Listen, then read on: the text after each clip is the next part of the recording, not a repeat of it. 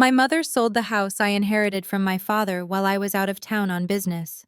She looked me dead in the eye and said, "Tasha, you already have a luxury condo downtown. You do not need two homes."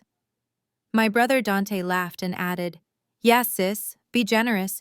I need a vacation more than you need a dusty old shrine." They used the down payment money to book first-class tickets to the Maldives and buy matching Rolex watches. I stood there in the middle of their celebration, and I did not scream. I did not cry. I just laughed. Because they had no idea that I am a forensic accountant by trade, and they had just committed 3 different federal crimes in front of witnesses. 2 weeks later, my lawyer sent them a single letter. "You have 24 hours to return every cent or you go to prison." Before I tell you how I systematically dismantled my family to save my dignity, let me know where you are watching from in the comments. Hit like and subscribe if you have ever had to remind your own blood that you are not the one to mess with. The nightmare began on a Tuesday evening. I had just landed at O'Hare Airport after a grueling 3-week audit in Chicago, hunting down hidden assets for a tech conglomerate that was trying to plead poverty to the IRS. I was exhausted. My eyes felt like they were filled with sand, and all I wanted was to drive to my father Elijah's house. It was the only place where I could truly breathe. My father had passed away 6 months ago and left the house to me, specifically excluding my mother Bernice and my brother Dante from the deed.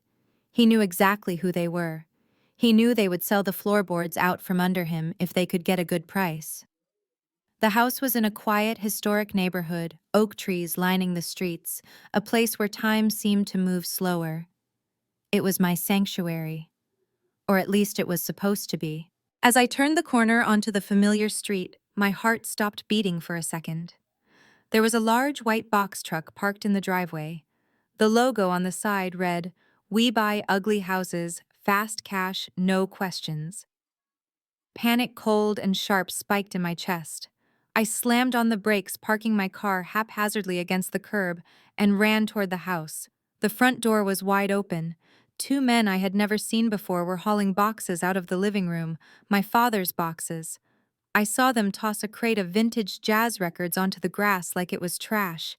Those were first pressings, Miles Davis, John Coltrane, things my father had spent 40 years collecting, things he used to listen to on rainy Sundays while he taught me how to balance a checkbook. "Hey!" I shouted, my voice cracking with a mixture of rage and disbelief. "What do you think you are doing? Put that down immediately."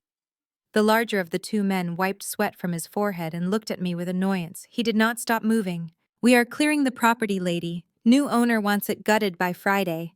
Stand back or you are going to get hurt." I stepped right into his path, blocking the walkway. "I am the owner," I snarled. "My name is Tasha Williams, and I did not sell this house. I did not hire you. And if you touch one more piece of my property, I will have you arrested for burglary." A man in a cheap suit stepped out onto the porch. He held a clipboard and had the greasy smile of someone who made a living preying on desperate people.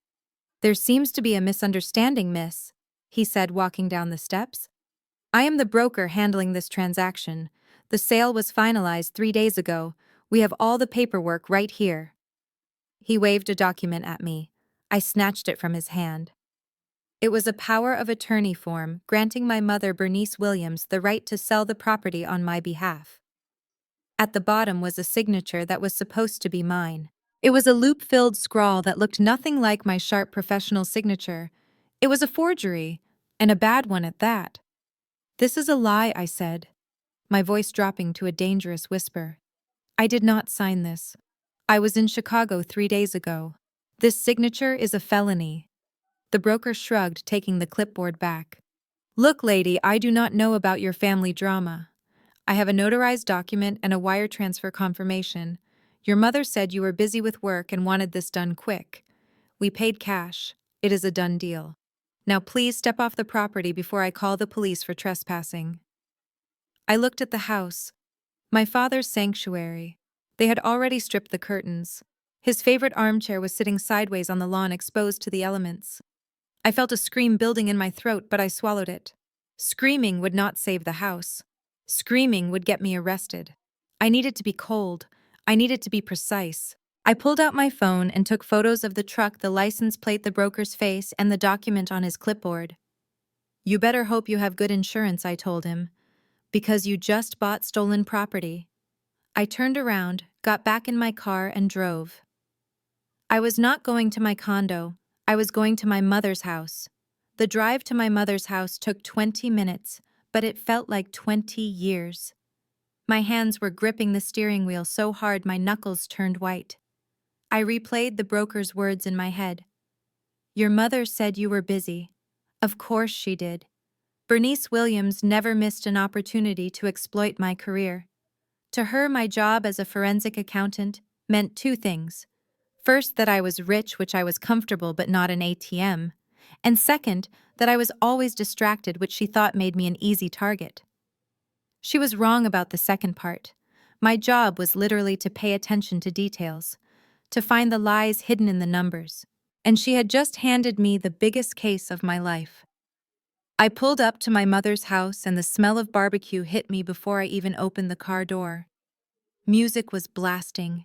Hip-hop from the 90s, my brother Dante's favorite. There were 3 cars in the driveway, including Dante's leased BMW, which I knew he had not made a payment on in 3 months.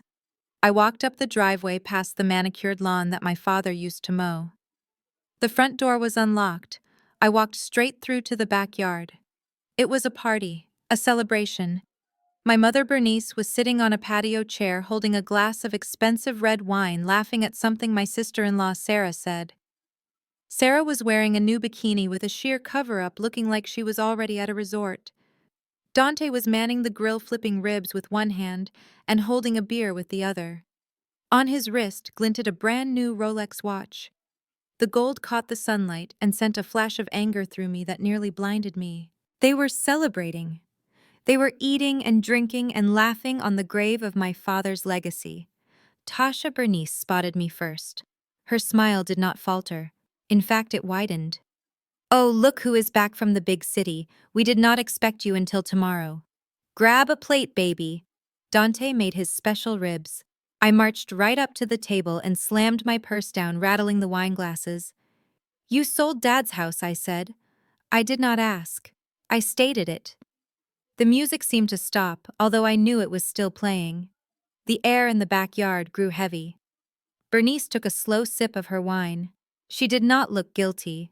She looked annoyed that I was ruining the vibe. Oh, that, she said, waving a hand dismissively. Yes, I did. And honestly, Tasha, you should thank me. That old place was falling apart. The roof needed work. The plumbing was ancient. It was a money pit.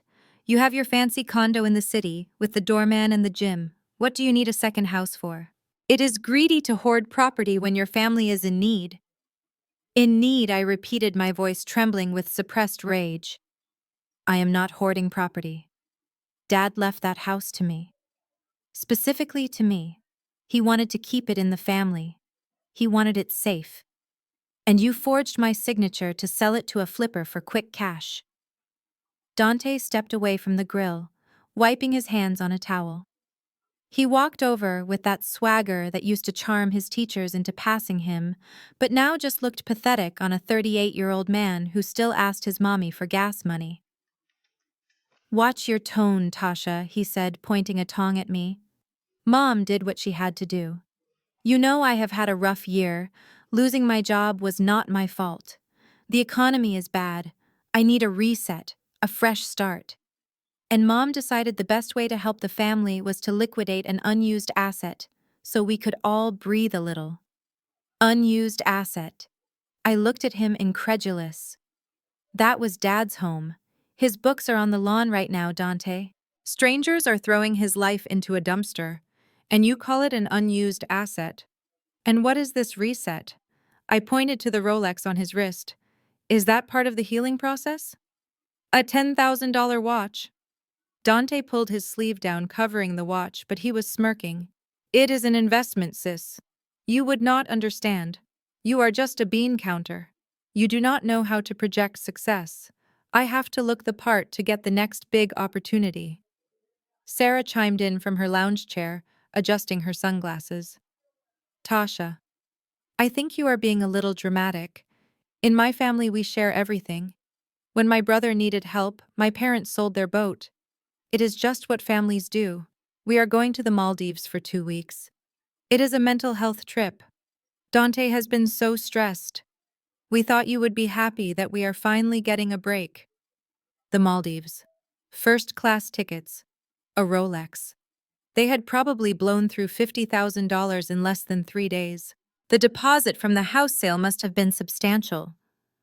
I looked at my mother. She was watching me with a cold challenge in her eyes. She expected me to fold. She expected me to do what I always did, which was clean up the mess, write a check and go back to work because I was the strong one, the responsible one. You committed fraud, I said to Bernice. Wire fraud, forgery, identity theft. If that money crossed state lines, which it did, if you booked international travel, that is federal jurisdiction. Do you understand what you have done? Bernice stood up then, setting her wine glass down hard. The wine sloshed over the rim, staining the white tablecloth blood red. Do not you dare quote laws to me, little girl. I gave birth to you. I wiped your nose. I raised you. That house was my husband's. It should have been mine.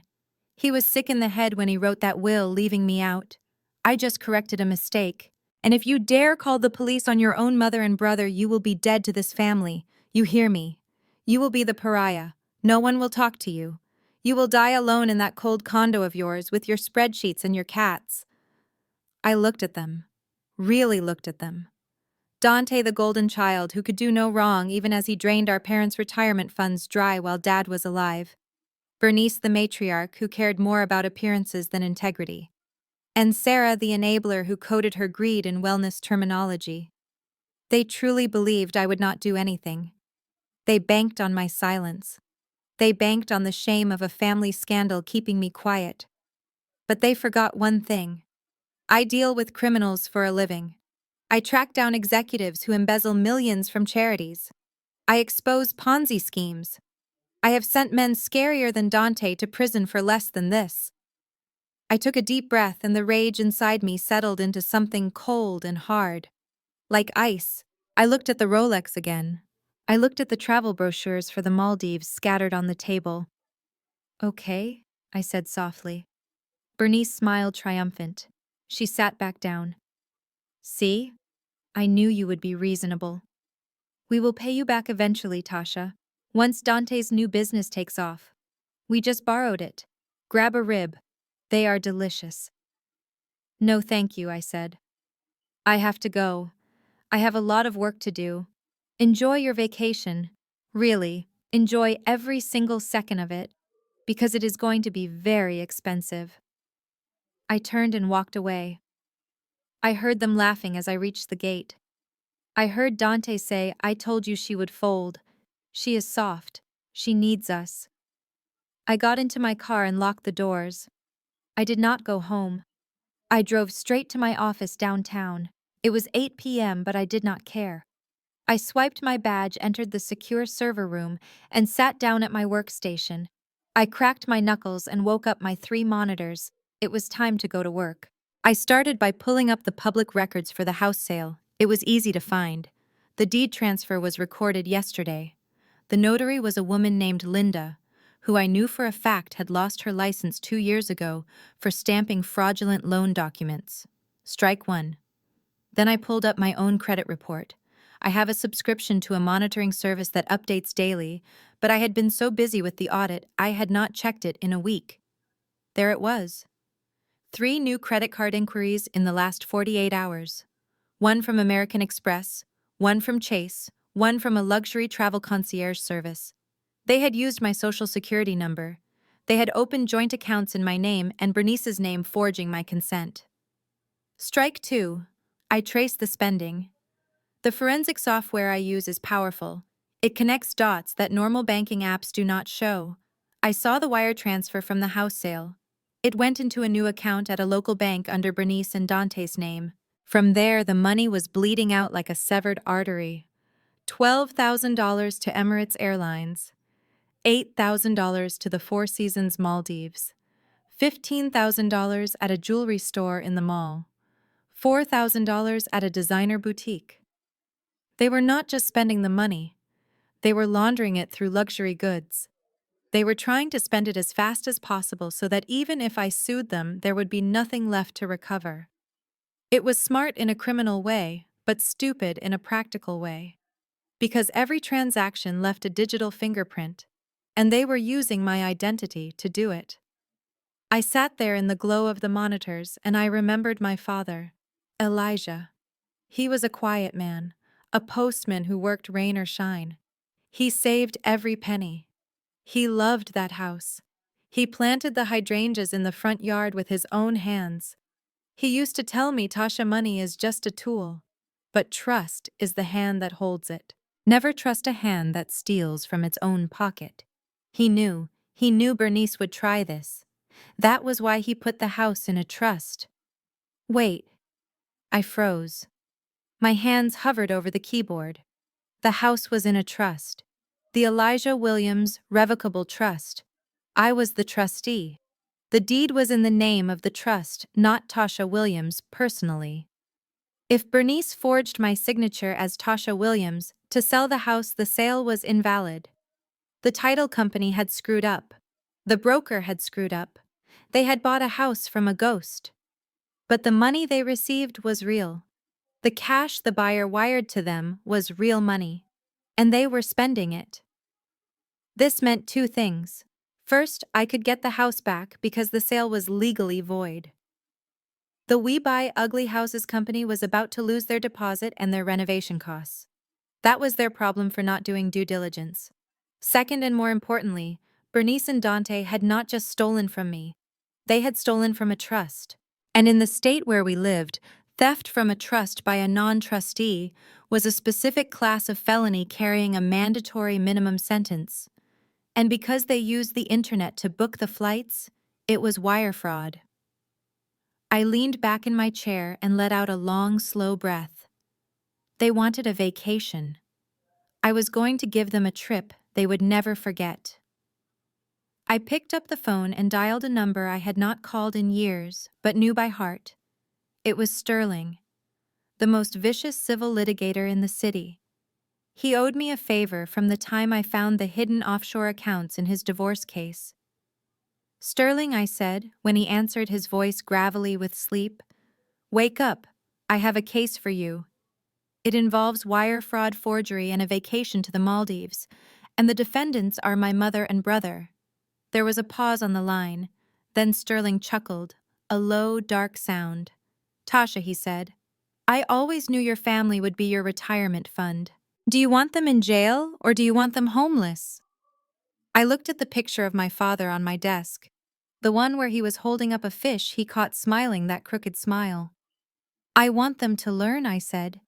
I want them to learn that you do not touch what belongs to Elijah. I want everything, Sterling. I want the house. I want the money. And I want them to know exactly who took it. I will have the paperwork ready by morning, Sterling said. Let them go on their trip. Let them spend the money. It strengthens the case. When they get back, we will be waiting. No, I said. I have a better idea. They leave tomorrow evening. I want them to get on that plane. I want them to fly 12 hours to the other side of the world. I want them to check into that 5-star resort. And the moment they swipe that card for their first cocktail, I want it to decline. I want them stranded in the Indian Ocean with no money, no return ticket, and a warrant waiting for them at customs. That is cold, Sterling said admiringly. That is ice cold. It is justice, I said. Get the papers ready. I am going to the airport tomorrow, not to stop them, but to say goodbye. I hung up the phone and turned back to the screens. The numbers danced in front of me. Every dollar they spent was another bar in their cell. Every laugh they shared at my expense was another nail in their coffin. They thought I was weak because I was quiet. They thought I was a failure because I did not brag. They were about to find out that the quietest person in the room is usually the one keeping score. And the score was about to be settled. I worked through the night printing bank statements, highlighting transactions, downloading the forged documents.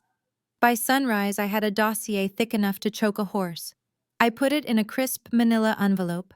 I drove home showered and put on my best suit. Not the one I wore for audits. The one I wore for court. Sharp lines, expensive fabric, armor. I drove to the airport. I knew their flight details because I had hacked Dante email. They were flying out of Terminal 4 at 6 p.m. I waited by the check-in counter. I watched them arrive. They looked like royalty. Bernice in a faux fur coat even though it was July. Dante pushing a cart stacked with Louis Vuitton luggage that I knew was bought with my credit. Sarah wearing a wide-brimmed hat and taking selfies every 3 steps. They were laughing. They were high on their own cleverness. I stepped out from behind a pillar. "Have a safe flight," I said. They jumped. Bernice clutched her chest. Dante dropped a bag. Tasha Bernice gasped. "What are you doing here? Did you come to make a scene?" "No," I said, smiling. My smile did not reach my eyes. "I just came to give you this." I handed Dante the envelope. "What is this?" he asked, eyeing it suspiciously. "A going-away present." "Open it on the plane," I said. "It is long flight. You will need some reading material." Sarah looked at me nervously. "Tasha, are you okay? You look intense." "I am fantastic, Sarah. I really am. I hope you enjoy the villa. I heard the water is beautiful this time of year." I turned and walked away. I did not look back. I did not need to. I knew exactly what was going to happen next. They would get on the plane. They would drink champagne. They would open the envelope somewhere over the Atlantic. Inside was a letter from Sterling. It was short. "Dear Mr. Williams and Mrs. Williams, by the time you read this, the accounts you used to fund this trip have been frozen due to fraudulent activity. The unauthorized sale of the property at 42 Maple Street has been flagged to the authorities. The credit cards in Tasha Williams' name have been reported stolen. You have 24 hours to return the full amount of $450,000 to the trust. If you fail to do so, the federal warrants enclosed in this packet will be activated upon your re-entry to the United States. Enjoy your stay." I walked to my car humming a jazz tune my father used to love. The game was on, and I had already won. I just had to wait for them to realize it. The clock was ticking, 24 hours. Or court. The drive to my mother's house usually took 20 minutes, but I made it in 12. My hands gripped the steering wheel with a force that made my knuckles ache, but I did not feel the pain. All I felt was a cold, calculating rage that settled deep in my chest.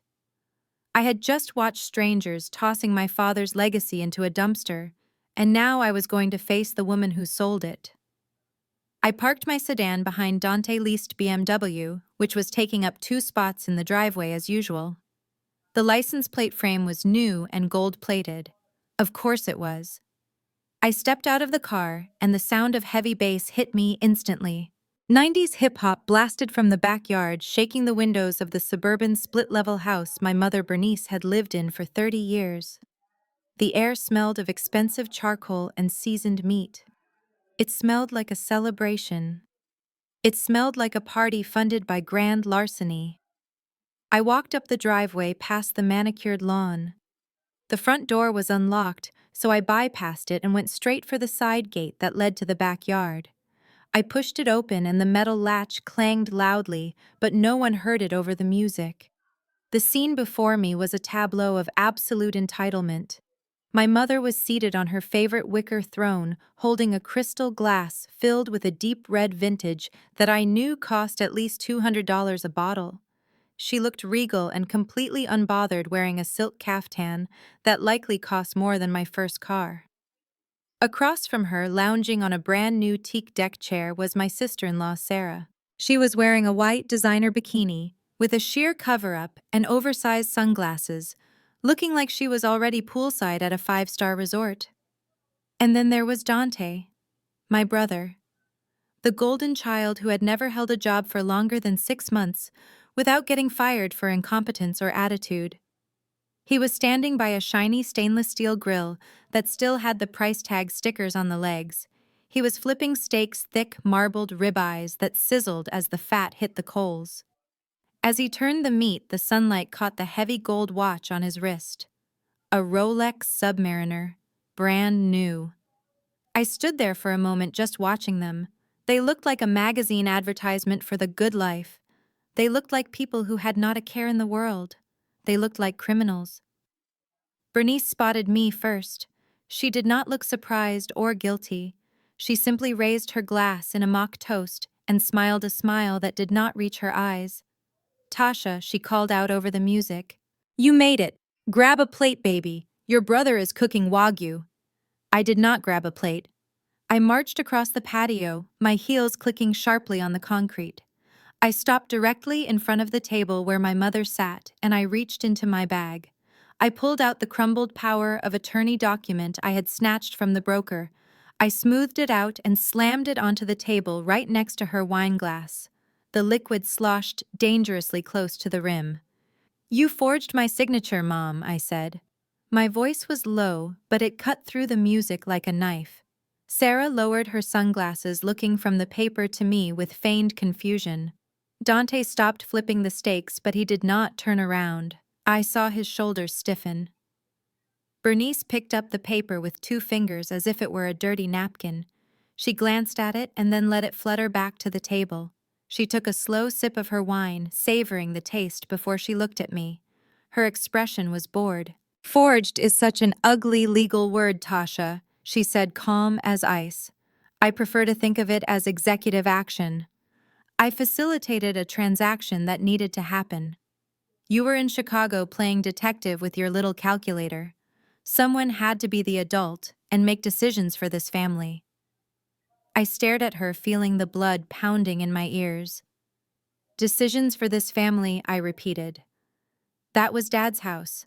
He left it to me, specifically to me. His will was clear.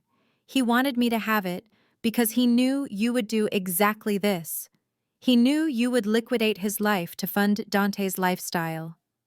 Dante finally turned around. He was grinning that charming, lopsided grin that had gotten him out of trouble since kindergarten. He waved the tongs at me casually. Come on, Tasha, do not be like that. You are acting like we sold the family jewels. It was a dusty old house in a neighborhood that is going downhill anyway. We did you a favor. You are too busy chasing white-collar criminals to worry about roof repairs and property taxes. He walked over to the table and picked up his beer, taking a long swig. The Rolex on his wrist was heavy and ostentatious. I looked at it, and I knew exactly how much it cost. $12,000. That was 3 months of mortgage payments on the house they just stole. I did not ask for a favor, Dante, I said, keeping my eyes locked on his. I did not ask you to sell my property. That is a felony. Do you understand that? You and Mom conspired to commit fraud. Sarah sat up, then adjusting her cover-up. Tasha, honey. You are being so intense, she said, her voice dripping with that passive-aggressive sweetness she used whenever she wanted to gaslight me. We are family. Families help each other. Dante has had such a hard year. Getting let go from that firm was traumatic for him. He needs this. We need this. She gestured around the patio at the food, the wine, the new grill. Look at him, Tasha. He is finally smiling again. Is not that worth a dusty old building you never visit? I looked at Dante. He was smiling, yes. He was smiling because he had successfully raided the piggy bank again. He was smiling because he had never faced a consequence in his 38 years on this earth. Traumatic, I asked, my voice dripping with sarcasm. He was fired for sleeping with the receptionist, Dante. Plural. That is not trauma, Sarah. That is stupidity. Dante's smile vanished. He took a step toward me, using his height to try and intimidate me the way he used to when we were teenagers. Watch your mouth, Tasha, he snapped. You do not know what it is like out there. The corporate world is cutthroat. Not everyone can hide behind spreadsheets like you. I am an entrepreneur. I take risks. And sometimes risks do not pay off immediately. I needed a win. I needed capital to start my next venture. So you stole my house. I said, not backing down an inch. Bernice set her glass down hard on the table. The sharp sound silenced us both.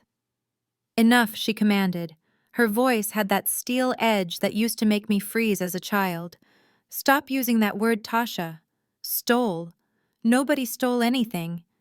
That house belonged to my husband. Elijah was my husband for 40 years. Everything he had was mine. The fact that he put your name on a piece of paper was a mistake. A clerical error made by a sick old man who was not thinking straight at the end. My father was sharp as a tack until the day he died, Mom. I said, fighting the urge to scream. He knew exactly what he was doing.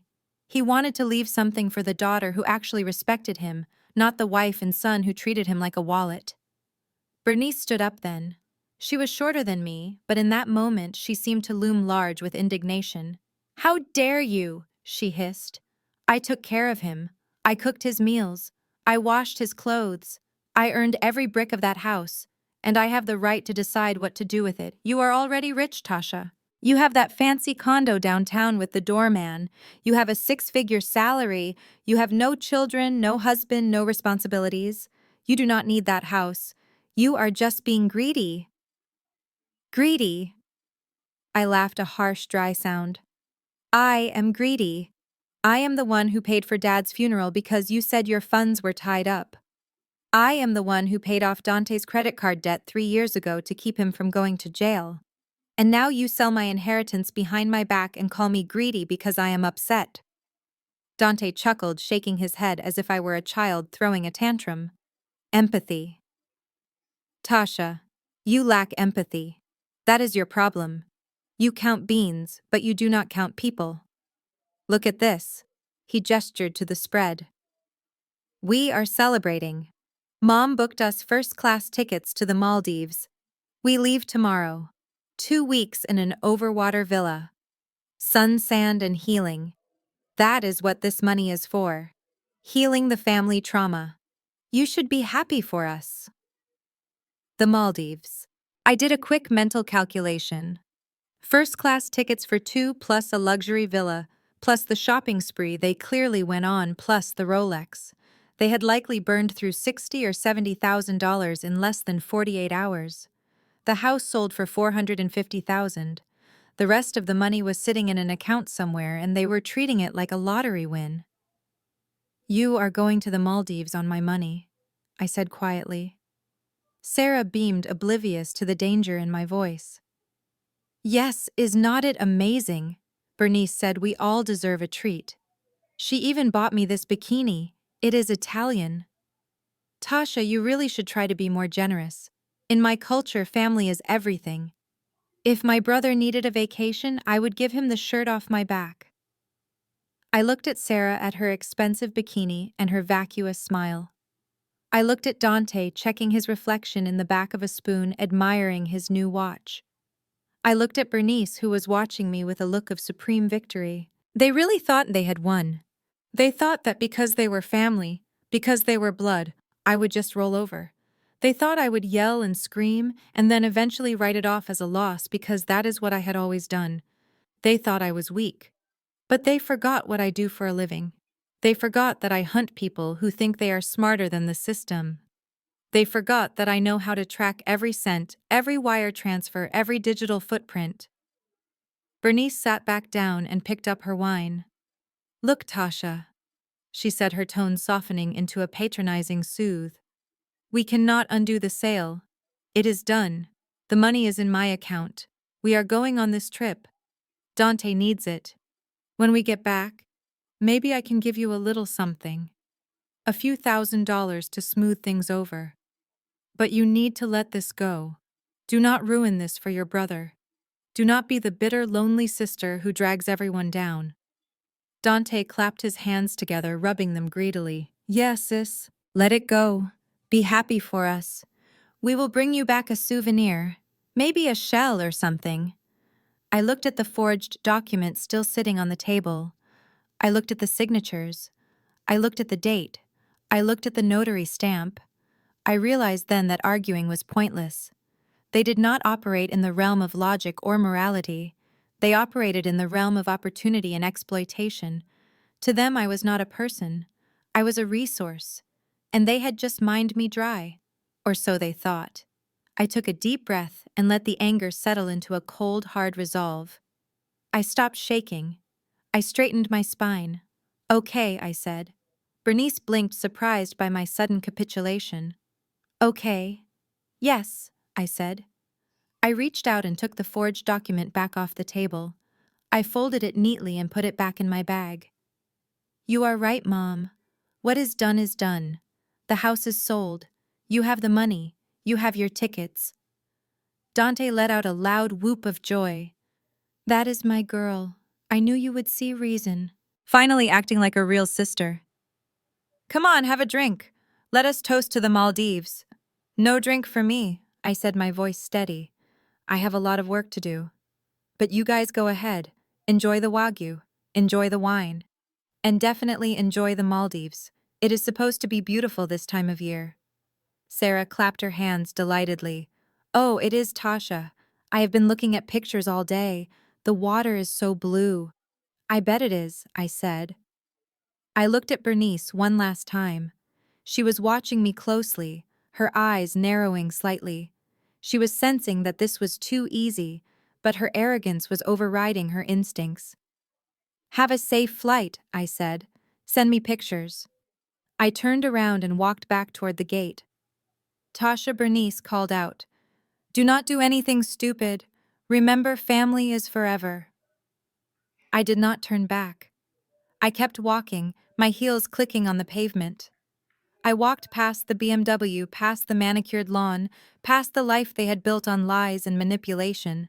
Family is forever, I thought as I reached my car. But fraud has a statute of limitations, and I'm not going to wait that long. I got into my car and locked the door. The sound of the hip-hop music was muffled now, a dull thumping in the background. I pulled out my phone and dialed a number. It rang twice before a deep voice answered. Sterling Law Offices. I need to speak to Sterling, I said. He is in a meeting. Can I take a message? Tell him it is Tasha Williams, I said. Tell him I have a case for him, a big one. Tell him it involves wire fraud, forgery, and theft over $500,000. And tell him the defendants are leaving the country tomorrow night, so we need to move fast. I hung up the phone and started the engine. I looked back at the house one last time. Smoke was rising from the grill. They were eating my father's legacy. Let them eat, I whispered. It will be their last good meal for a very long time. I put the car in gear and drove away, leaving the party behind. I was not going home to cry. I was going to the office. The audit was about to begin. The air in the backyard was thick with the smell of expensive charcoal and the cloying sweetness of expensive perfume mixed with barbecue sauce. I stood there, my heels sinking slightly into the soft earth of the lawn my father used to mow every Saturday morning. I looked from my mother to my brother and then to his wife. They were a tableau of relaxed indulgence. They looked like people who had won the lottery. But I knew better. They were people who had just robbed a bank and were celebrating in the parking lot before the die packs exploded. You think this is a game? I said, my voice steady despite the tremor in my hands. I pointed a finger at the forged document that Bernice had shoved back toward me. This is not a family dispute, Mom. This is a felony. Actually, it is multiple felonies. Forgery, grand larceny. And since you sold a house that sits in a trust, it is embezzlement.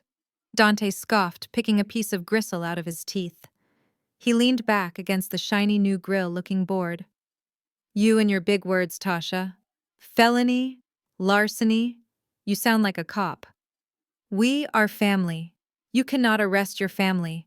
No judge is going to put a 60-year-old woman in jail because she sold a house she practically owned anyway. You are just trying to scare us because you are jealous. Jealous, I repeated quietly. You think I am jealous. Dante, you are unemployed. You are driving a leased car you cannot afford, and you just committed fraud to buy a watch. I am not jealous. I am horrified. Sarah sat up, then adjusting her silk cover-up. She gave a heavy, dramatic sigh, the kind one uses when dealing with an unruly toddler. Tasha, honestly, she said, her voice taking on that condescending yoga teacher tone she used whenever she wanted to sound morally superior. You are being so negative. Look at this. Look at. She gestured around the yard at the food, the wine, the laughter. We are happy. For the first time in years, Dante is happy. Is not that worth something to you? She stood up and walked over to me, placing a hand on my arm. I flinched, but she did not pull away. Tasha, honey, I think you need to learn how to let go. You are so attached to material things. It is just a house. It is just wood and brick. What matters is the love in this backyard. What matters is that your mother has peace of mind. You have so much money, Tasha. You have that big job. You have your health. Why are you holding on to this anger? It is toxic. You need to learn to release your attachment to physical assets and embrace the spirit of giving. I stared at her. The audacity was breathtaking. Here she was lecturing me on materialism while wearing a bikini that cost more than my weekly grocery budget, drinking wine bought with stolen funds, and planning a trip to one of the most expensive resorts on the planet. Sarah, I said, my voice dropping to a whisper. You are wearing stolen merchandise. You are drinking stolen wine. Do not talk to me about letting go. If you are so spiritual, why don't you return the tickets and donate the money to charity? Sarah recoiled as if I had slapped her. Her eyes welled up with instant performative tears. I am just trying to help you heal, she sniffed, looking at Dante for support. Dante, she is being mean to me. Dante stepped forward, his chest puffed out. Hey, watch it.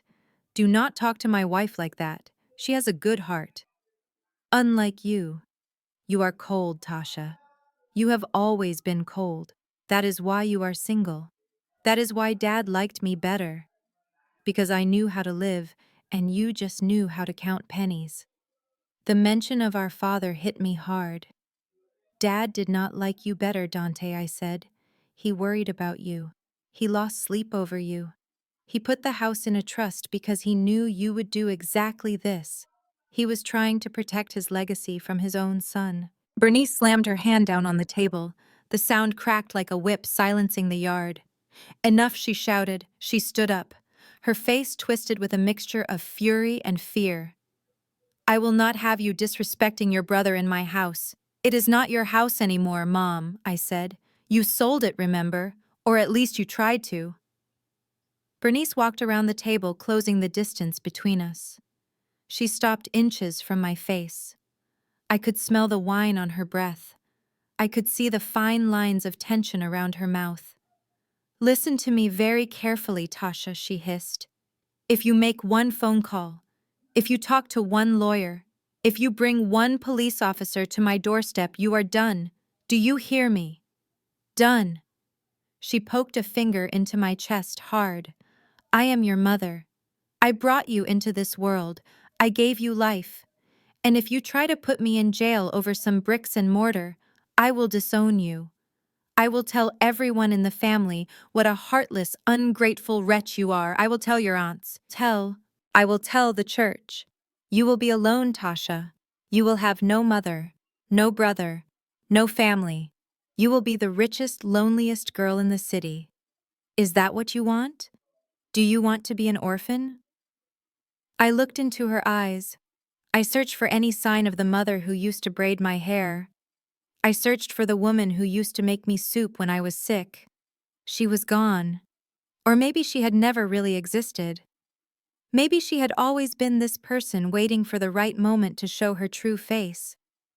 The threat hung in the air, heavy and suffocating. She was banking on my fear of abandonment.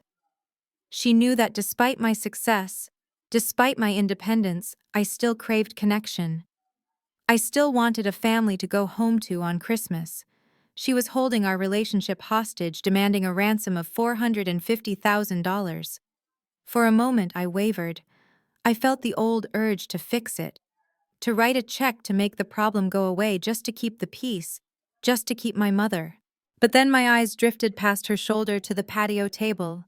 Lying there amidst the barbecue sauce stains and the empty wine bottles was a glossy folder. It was open. Inside, I could see the gold foil edges of airline tickets. First class, Emirates, destination Mail Maldives. I looked at the date. They were leaving tomorrow evening. I looked at the cost printed at the bottom of the invoice. $24,000 for the flights alone. That money was my father's sweat. It was his early mornings delivering mail in the rain. It was his late nights fixing the boiler. It was his sacrifice. And they were going to drink it away in a week. Something inside me snapped, but it was not a loud snap. It was a quiet click, like a lock turning. The sadness evaporated. The guilt vanished. All that was left was the cold, hard logic of a forensic accountant looking at a balance sheet that did not add up. They wanted to play a game of power. Fine. I knew that game. And I played it better than anyone. I looked back at Bernice. She was breathing hard, her face flushed with victory. She thought she had won. She thought she saw fear in my eyes. I let my shoulders drop. I let out a long sigh. I forced the tension out of my face. "You are right, Mom," I said softly. Bernice blinked, surprised by the sudden shift. She straightened up, smoothing her caftan. "Of course I am right. I am your mother." I looked at Dante. He was smirking, crossing his arms over his chest, the Rolex glinting. I looked at Sarah, who was dabbing at her dry eyes with a napkin, looking smug. "I cannot lose my family," I said, keeping my voice devoid of emotion. "That house, it is just a house, right? Like Sarah said, it is just material." Bernice let out a bark of laughter. "Exactly. Now you are making sense. Finally." "I knew you were smart, Tasha. I knew you would see the big picture." She reached out to touch my cheek, but I stepped back casually, avoiding her hand. "I just want you to be happy," I said. I looked at the tickets on the table again. The Maldives. That sounds amazing. Truly, it is going to be the trip of a lifetime, Dante bragged. "We got the overwater villa with the slide. You should see the pictures." "That is great, Dante," I said. "I really hope you enjoy it. You deserve a break." Bernice picked up her wine glass again, refilling it to the brim. "See, this is what I wanted, a nice family afternoon. No fighting, no lawyers, just us enjoying the fruits of our labor." "Tasha, sit down. Have a rib. Let us celebrate." I shook my head. "No, Mom. I cannot stay. I have a lot of work to do. I have some adjustments to make to my accounts." Bernice nodded, winking at me. "Good girl. You move some numbers around. You are good at that. Make it work. And when we get back, we will have a nice family dinner. Maybe at a restaurant." "Your treat." "My treat," I echoed. A small, cold smile touched my lips. "Sure, Mom. My treat." I looked at them one last time. They were already moving on. Dante was going back to the grill. Sarah was reapplying her lip gloss. Bernice was settling back into her throne. They had forgotten me already. I was just the bank. And the bank had just approved their loan. They had no idea that the loan had already been called in. "Okay," I said. "I am leaving now." I turned around and started walking toward the gate. "Hey, Tasha," Dante called out. "Thanks for being cool, sis. Seriously, you are all right." I stopped. I did not turn around. "Have a safe flight," I said loudly enough for them to hear. "Take lots of pictures. Savor every single moment. Because time flies." I walked out the gate and let it clang shut behind me. I walked down the driveway, past the BMW, past the manicured lawn. I got into my car and sat there for a moment in the silence. I did not scream. I did not cry. I reached into my purse and pulled out my phone. I opened my calendar and looked at the date. Then I opened my contacts and scrolled down to S. Sterling. I pressed call. He answered on the second ring. "It is me," I said. "Is it done?" Sterling asked. "They are leaving tomorrow evening," I said. "They have the tickets. They have the money. And they think I gave them my blessing." "Good," Sterling said. "That makes the fall so much harder. Are you ready to pull the trigger?" I looked at the house one last time. I could see the smoke rising from the backyard. I could hear the faint thump of the music. They threatened me, Sterling, I said. My mother told me I would be an orphan. She told me I would be the loneliest girl in the world. There was a pause. Then Sterling spoke, his voice low and dangerous. Well then, let us make sure she has plenty of time to think about that. In a cell. Prepare the letter, I said, but do not send it yet. Wait until they land. Wait until they are checked in. Wait until they order the lobster. Then send it. I want them to feel safe. I want them to feel rich. And then I want you to take it all away. Consider it done, Sterling said. Go home, Tasha. Get some sleep. The war is over. You just have to wait for the enemy to realize they are dead. I hung up the phone. I started the car. As I drove away, I did not look in the rearview mirror. I was not leaving my family behind. I was leaving a crime scene. And I was the only witness who mattered. I drove toward the city, toward my condo, toward my quiet, organized life. I felt lighter than I had in months. My mother was right about one thing. I was going to be the daughter who made a choice. But I was not choosing loneliness. I was choosing justice. And justice was going to be served cold. Just like revenge. 24 hours, I whispered to the empty car. Enjoy the beach, Dante, because the tide is coming in, and it is going to drown you.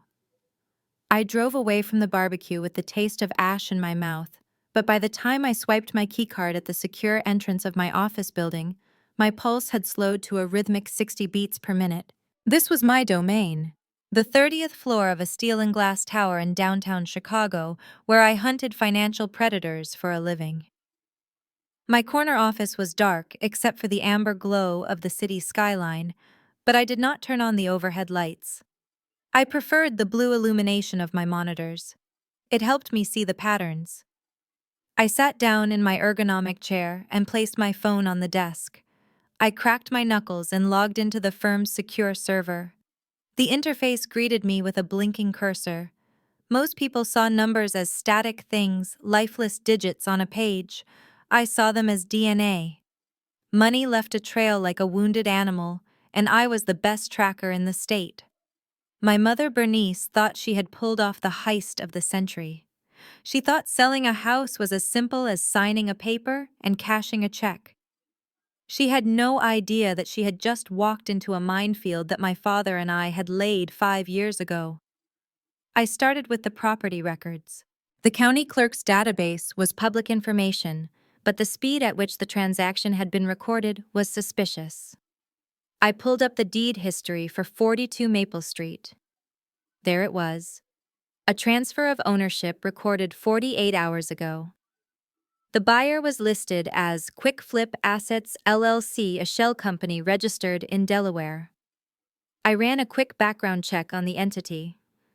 They were bottom feeders, the kind of company that preyed on estates and desperate widows offering cash for pennies on the dollar. I drilled down into the transaction details. The sale price was listed at $450,000. The market value was closer to $600,000, but Bernice wanted fast cash. She had sold my father's legacy for a discount just to fund a vacation.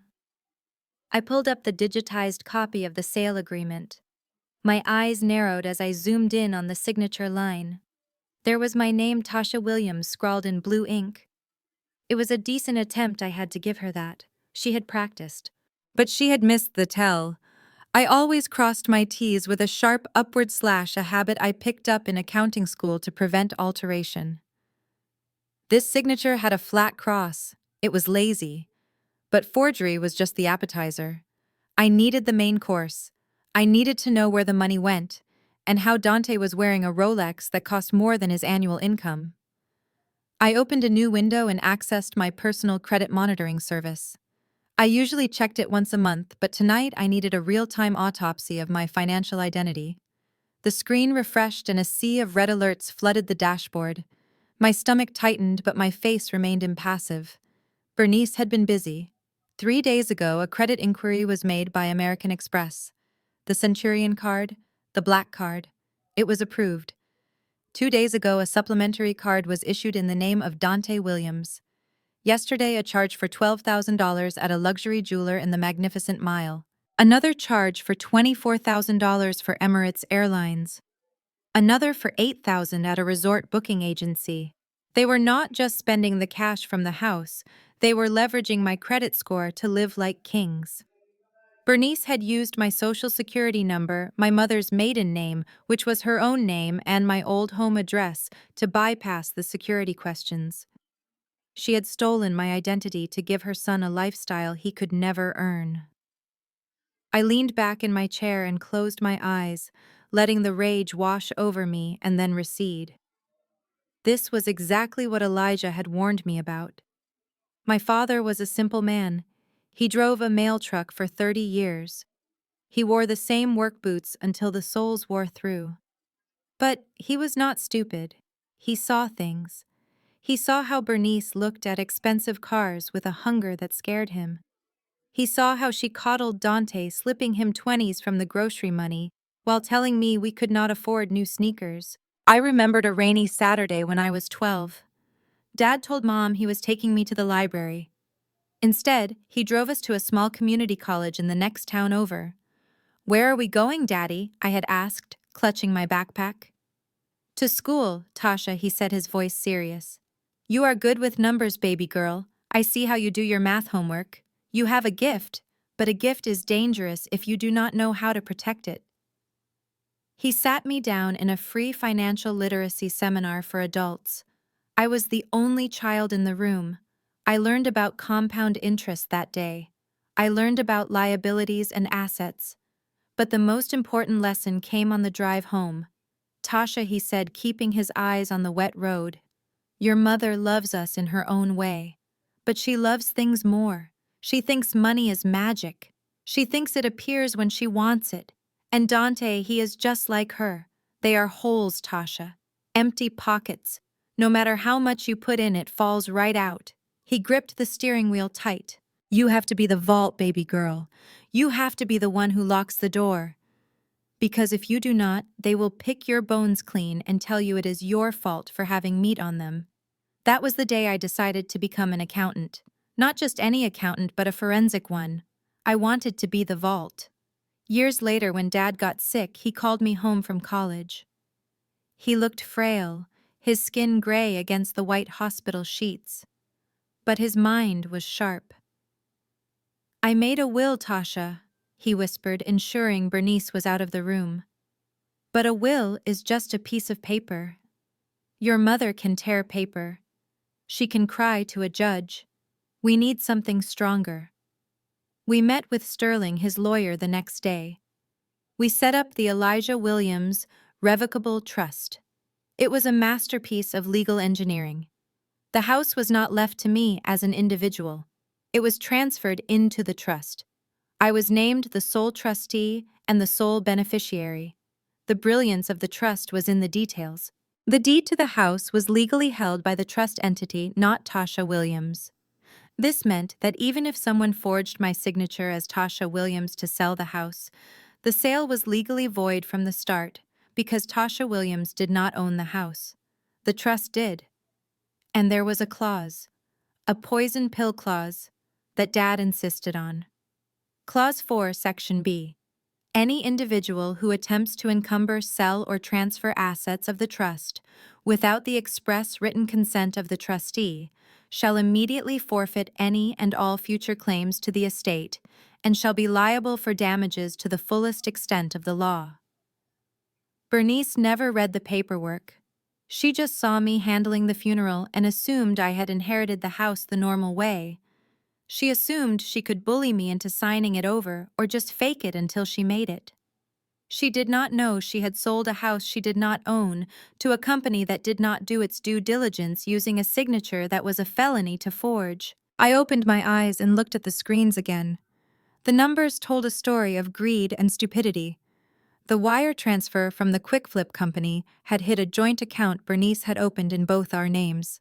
Another forgery. She had moved the $450,000 into her personal savings account within an hour. Then she wired $50,000 to Dante. Then she paid off her own credit cards. Then the travel bookings started. They were moving fast, but I was faster. I started printing. I printed the credit inquiries. I printed the transaction logs. I printed the deed transfer history which showed the invalid sale. I printed the time-stamped photos of Dante wearing the Rolex which I pulled from his public Instagram profile. He had captioned it, "Hustle harder." The irony was almost delicious. I needed to secure the perimeter. I logged into the credit bureaus and placed a freeze on my social security number. It would stop them from opening any new accounts. But I did not cancel the current cards. Not yet. Sterling had told me once that the difference between a civil lawsuit and a criminal conviction is often the dollar amount. In our state, theft over $100,000 was a Class 1 felony. It carried a mandatory minimum sentence of 4 to 15 years. Right now, with the house sale and the credit card fraud, they were hovering around the $500,000 mark. They were not just looking at jail time, they were looking at federal prison. I watched the screen as a new transaction popped up in real time. A charge at the airport duty-free shop. $500 for premium tequila. They were celebrating their crime while the evidence was being compiled in high definition on my screen. I felt a strange sense of detachment. This was what I did every day for strangers. I tracked down embezzlement for faceless corporations. I found the hidden assets of corrupt CEOs. But this time the criminals had sat at my dinner table. They had changed my diapers. They had shared my blood. And they had looked me in the eye and laughed while they picked my pocket. I picked up the red folder from my desk drawer. It contained the original trust documents my father had signed. The ink was still dark and crisp. I traced his signature with my finger. It was shaky but determined. He had given me the weapon. Now I had to pull the trigger. I opened a new email draft addressed to Sterling. Subject line: priority, urgent fraud and theft case. Williams Estate. I attached the PDF files I had just generated. The evidence was irrefutable. The timeline was clear. Day 1. Father dies. Month 6.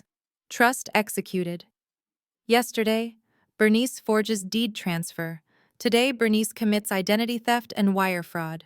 I typed out the narrative clearly and concisely.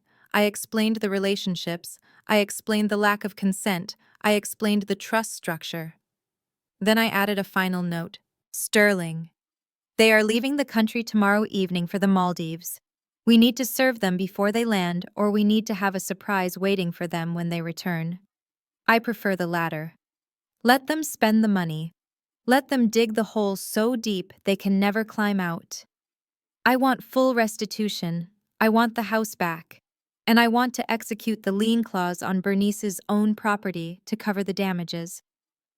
I hit send. The digital swoosh sound was the only noise in the empty office. It sounded like a guillotine blade dropping. I sat there for a moment watching the city lights.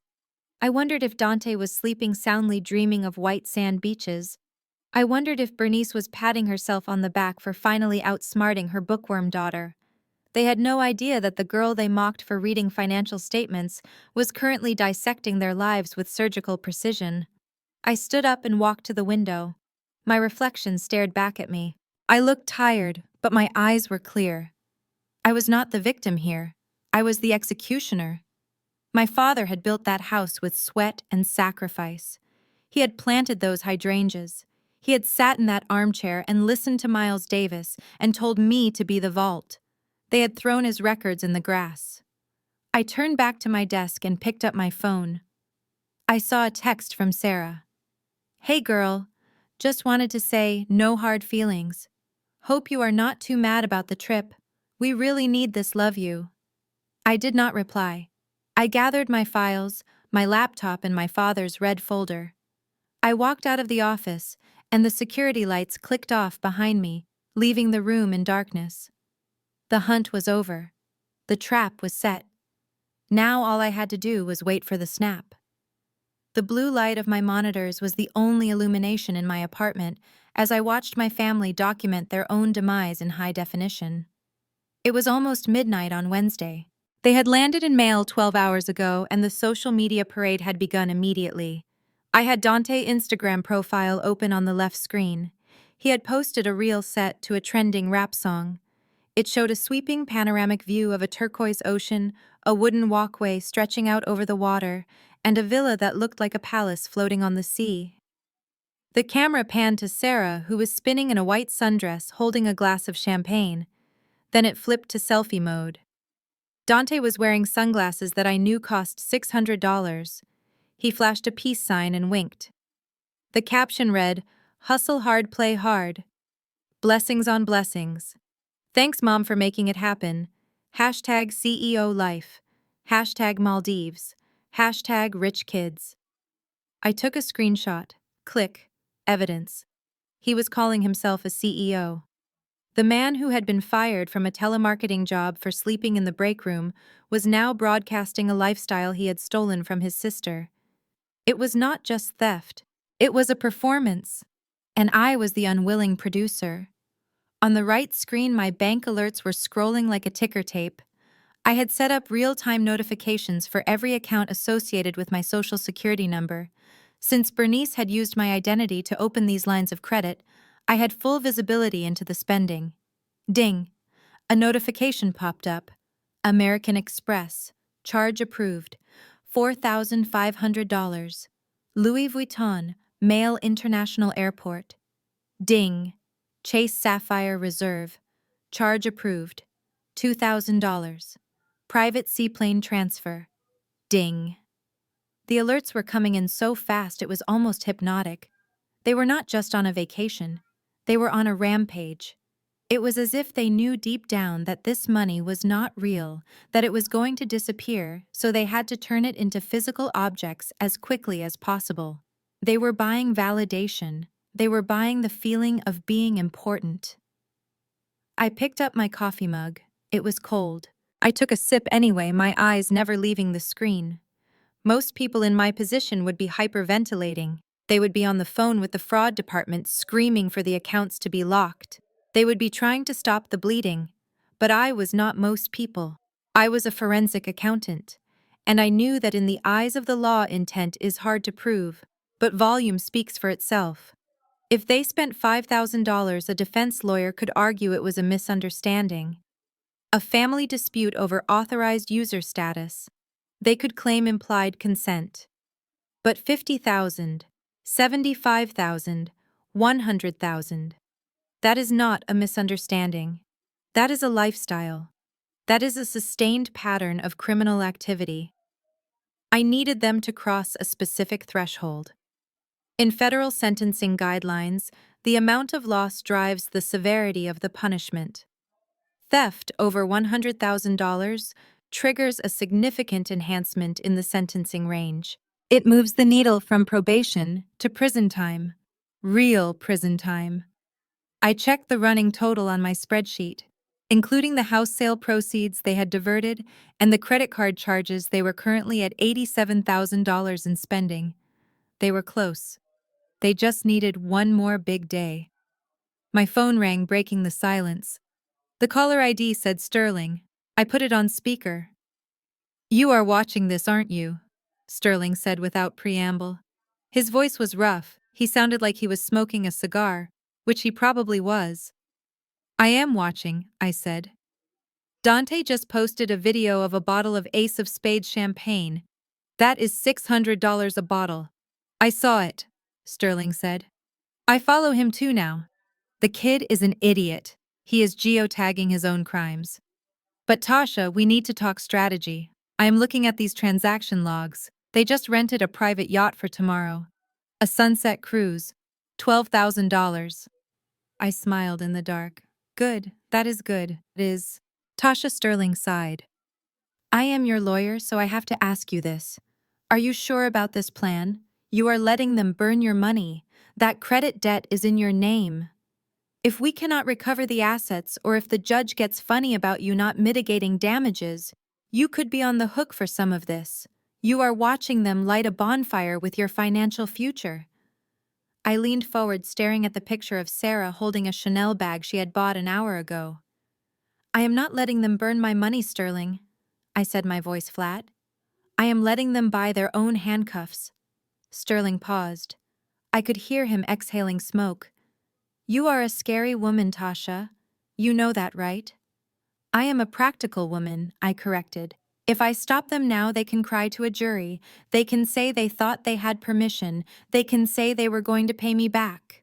But if they spend 6 figures in 3 days on jewelry and yachts while I am sitting here in the dark, there is no jury in the world that will swallow that. It shows a complete disregard for my rights. It shows malice. It shows wire fraud. Sterling added, his lawyer brain catching up. They are using the internet to process these transactions across international borders. That brings the FBI into play.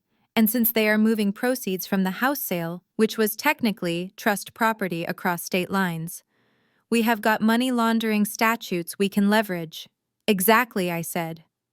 I do not want a civil judgment, Sterling. I do not want a piece of paper that says they owe me money they do not have. Bernice has no income. Dante is unemployable. If I sue them, I win nothing. I just spend money on legal fees. So what is the end game? Sterling asked. The end game is leverage, I said. Total, absolute leverage. I want the house back. My father's house. But Bernice spent the cash. So I want her house. I want to execute a lien on her property to cover the theft. And the only way she agrees to sign over her deed is if the alternative is federal prison for her and her golden boy. I need that number to hit 100,000 sterling. Once it crosses 6 figures, the mandatory minimums kick in. They will be looking at 5 to 10 years. That is the leverage. I trade their freedom for my restitution. Sterling chuckled again. A dark, appreciative sound. Remind me never to cross you, Tasha. All right. The yacht rental should push them over the line tomorrow. I have the papers drafted, the complaint for the civil suit and the affidavit for the criminal referral. When do you want to drop the hammer? Wait for the yacht charge to clear, I said. Let them get on the boat. Let them take their pictures. Let them toast to the good life. I want them to feel like they own the world. And then I want to take it all away. I hung up the phone. On the screen, Dante had posted a new photo. It was a close-up of his wrist showing the Rolex next to a plate of lobster tail. The caption read, "Levels." "Levels indeed," Dante, I whispered. "You have no idea what level you just unlocked." I went to the kitchen and made a fresh pot of coffee. I was not going to sleep tonight. I had work to do. I needed to map out the asset tracing for the FBI. I needed to prepare the exhibit list for the civil filing. I pulled up the public records for my mother's house. Bernice owned it free and clear. My father had paid off the mortgage 5 years before he died. It was a modest house, but in this market it was worth about $350,000. The theft from the house sale was $450,000, plus the credit card fraud. They were going to owe me close to $600,000 by the time they landed back in Chicago. Bernice's house would not cover it all, but it would be a start. And taking her home, the place where she held court, where she judged me, where she protected Dante while he stole from us, taking that house would be the ultimate justice. She loved that house more than she loved me. I knew that for a fact. I sat back down at the computer. A new alert pinged. Chase Sapphire, charge approved. $3,000. Spa services. 4 seasons. Landa, Giravaru. Sarah was getting a massage. I imagined her lying on a table listening to the ocean, thinking she had married into royalty, thinking she was set for life. She had no idea that her husband was technically indigent. She had no idea that the bikini she was wearing was evidence. I felt a strange sense of calm. It was the calm of a hunter who has set the trap and is just waiting for the snap. There was no emotion left. The hurt of the betrayal had burned off days ago, leaving only clarity. They thought I was weak because I was quiet. They thought I was a resource to be harvested. They did not understand that my silence was not submission, it was data collection. I opened a new document on my computer. I typed a header. Timeline of fraudulent activities. Item 1, unauthorized transfer of deed, date July 12th. Item 2, identity theft and credit application, date July 14th. I started typing, logging every transaction, every lie, every social media post. I was building a cage out of paper and digital trails. And tomorrow, when that yacht charge hit, I was going to lock the door. The sun began to rise over the Chicago skyline, turning the lake a bruised purple. I watched the light hit the buildings. In the Maldives, it was evening. They were probably getting dressed for dinner. Bernice would be wearing her pearls. Dante would be polishing his watch. They were having the time of their lives. I took a sip of coffee. Enjoy it, I thought, because tomorrow you wake up. I walked into the law offices of Sterling and Associates at 9 o'clock sharp the next morning. The receptionist did not ask for my name. She simply pressed a button under her desk and the heavy oak doors to the inner sanctum buzzed open. Sterling was waiting for me. His office was a corner suite that smelled of leather and expensive scotch. He was standing by the window looking out at the Chicago skyline, a unlit cigar clamped between his teeth. He turned as I entered, his eyes sweeping over me with a look of professional appraisal. "You look like you slept well," he said. "I did not sleep at all," I replied, placing my briefcase on his desk. I opened it and laid out the red folder my father had given me, alongside the fresh dossier of evidence I had compiled overnight. "Sleep is for people who do not have a deadline, Sterling. We have 12 hours before that yacht charge hits." Sterling sat down and pulled the files toward him. He flipped through the bank statements, the credit card logs, and the forged power of attorney. He whistled low and long. "They are efficient," he said. "I have seen cartels move money slower than your mother. $87,000 in 3 days. That is impressive in a twisted way." "It is about to get more impressive," I said, taking the seat opposite him. "I need you to look at the deed transfer again, the one Bernice signed." Sterling picked up the document. He scanned it, his brow furrowing. "Standard forgery, Tasha. She signed your name. The notary stamped it. The title company pushed it through because it was a cash deal and they were sloppy. We can overturn this easily. We file an affidavit of forgery, we sue the title company, and the sale is voided. You get the house back. But the money is gone. That is the problem. The buyer is going to want their $450,000 back. And your mother spent it." I leaned forward, resting my elbows on the desk. "You are missing the best part, Sterling. Look at the grantor on the deed. Who is listed as the owner of the property?" Sterling looked at the paper again. "Tasha Williams." "Exactly," I said, allowing a small, cold smile to touch my lips. "But Tasha Williams does not own that house." Sterling paused. He looked at me, then back at the paper, then back at me. His shark-like eyes narrowed. "Explain." I reached into the red folder and pulled out the original trust document my father and I had executed 5 years ago. I slid it across the mahogany. "My father, Elijah, was not a wealthy man, but he was paranoid," I said. "He knew Bernice. He knew that if he left the house to me directly, she would guilt me or bully me or forge my signature to get it. So he did not leave it to me. He left it to the Elijah Williams Revocable Trust. I am the trustee. I am the beneficiary. But the legal owner of the bricks and mortar is the trust entity." Sterling picked up the trust document.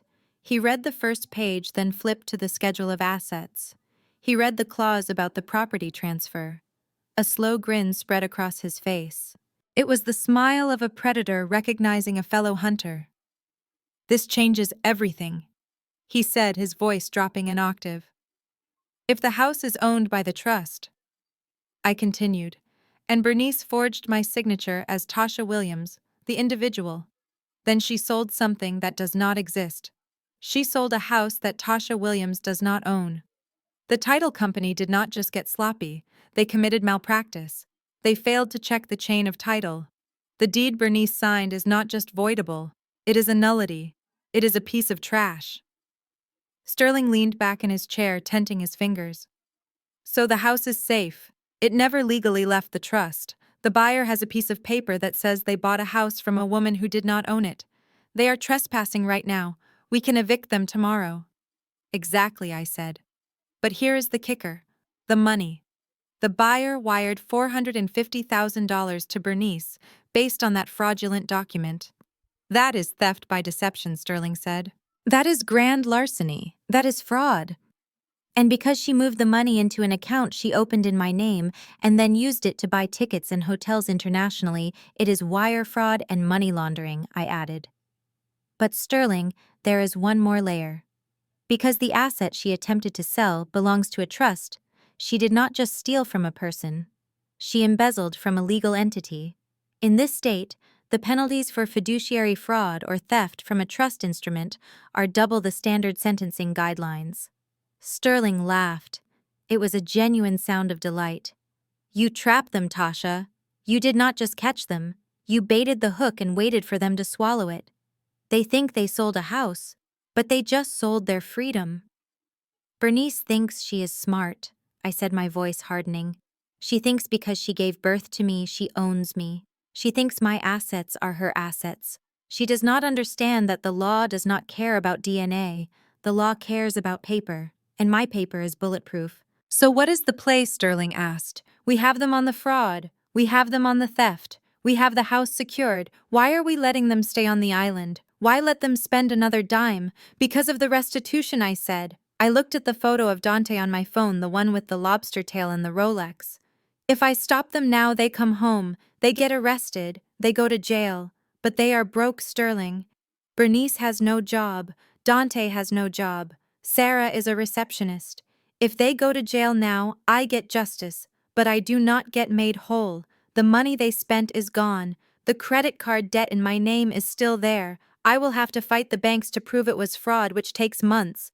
I want my money back, I said. Every single cent, plus damages, plus legal fees. Sterling nodded slowly. You want to squeeze them. But you cannot squeeze blood from a stone, Tasha. If they spent the cash, it is gone. Bernice has a house, I said. Sterling stopped. He looked at me, his eyes widening.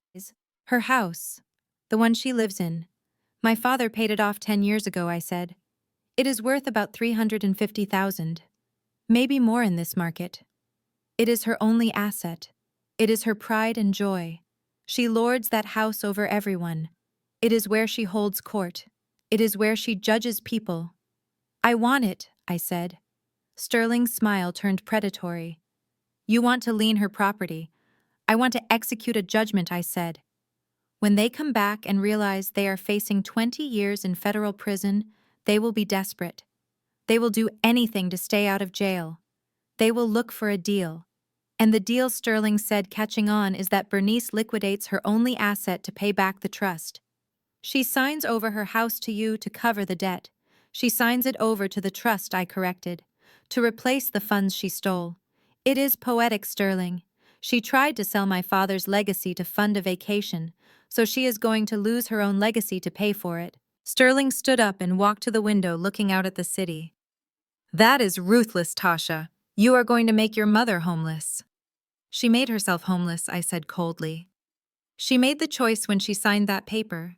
She made the choice when she booked that flight. She made the choice when she told me I would be an orphan if I called the police. I am just balancing the ledger. Sterling turned back to me. He looked at the stack of evidence.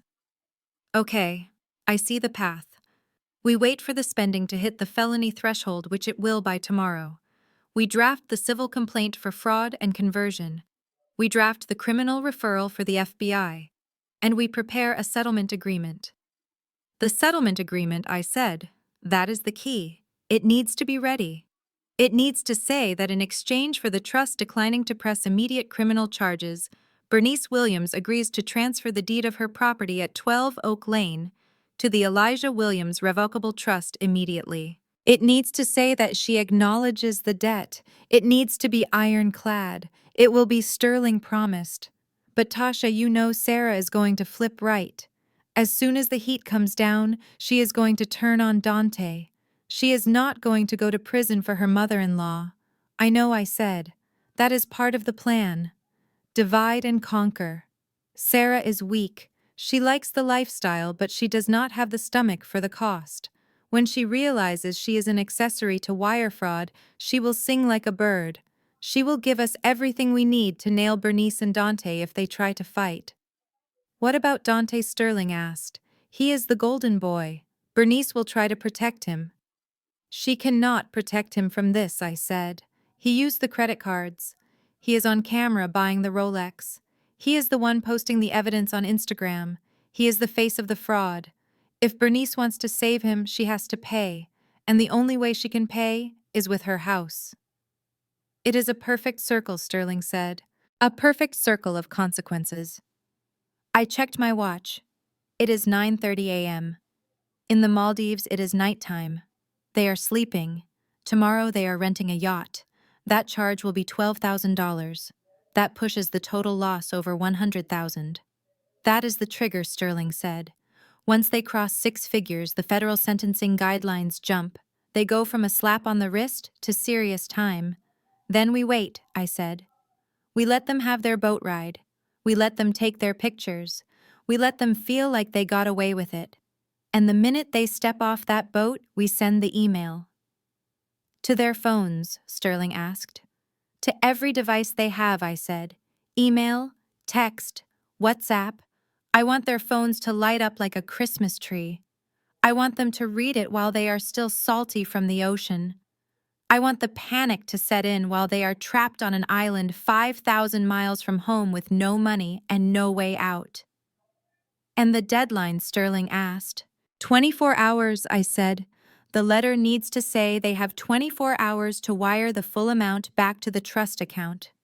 $450,000. They do not have it, Sterling said.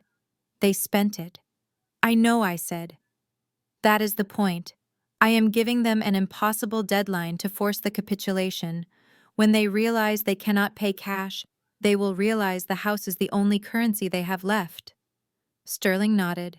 He sat back down and pulled his keyboard closer. I will draft the letter. It will be the scariest thing they have ever read. I will cite the statutes. I will list the prison terms. I will attach the draft of the FBI referral. Good, I said. And Sterling, add one more thing. What is that? Add a line about the Rolex, I said. Tell Dante that if that watch has a single scratch on it when he hands it over, I am adding another $10,000 to the debt. Sterling laughed. You are enjoying this, aren't you? I looked at the red folder. I thought about my father. I thought about the way Bernice used to look at him when he came home tired from work, like he was a disappointment because he was not a millionaire. I am not enjoying it, I said. I am correcting an error. My father worked too hard for his legacy to be turned into a week of Instagram posts. I am just making sure the books balance. Sterling began to type. The sound of his mechanical keyboard was loud in the quiet office. Click, clack, click, clack. It sounded like the lock on a cell door slamming shut.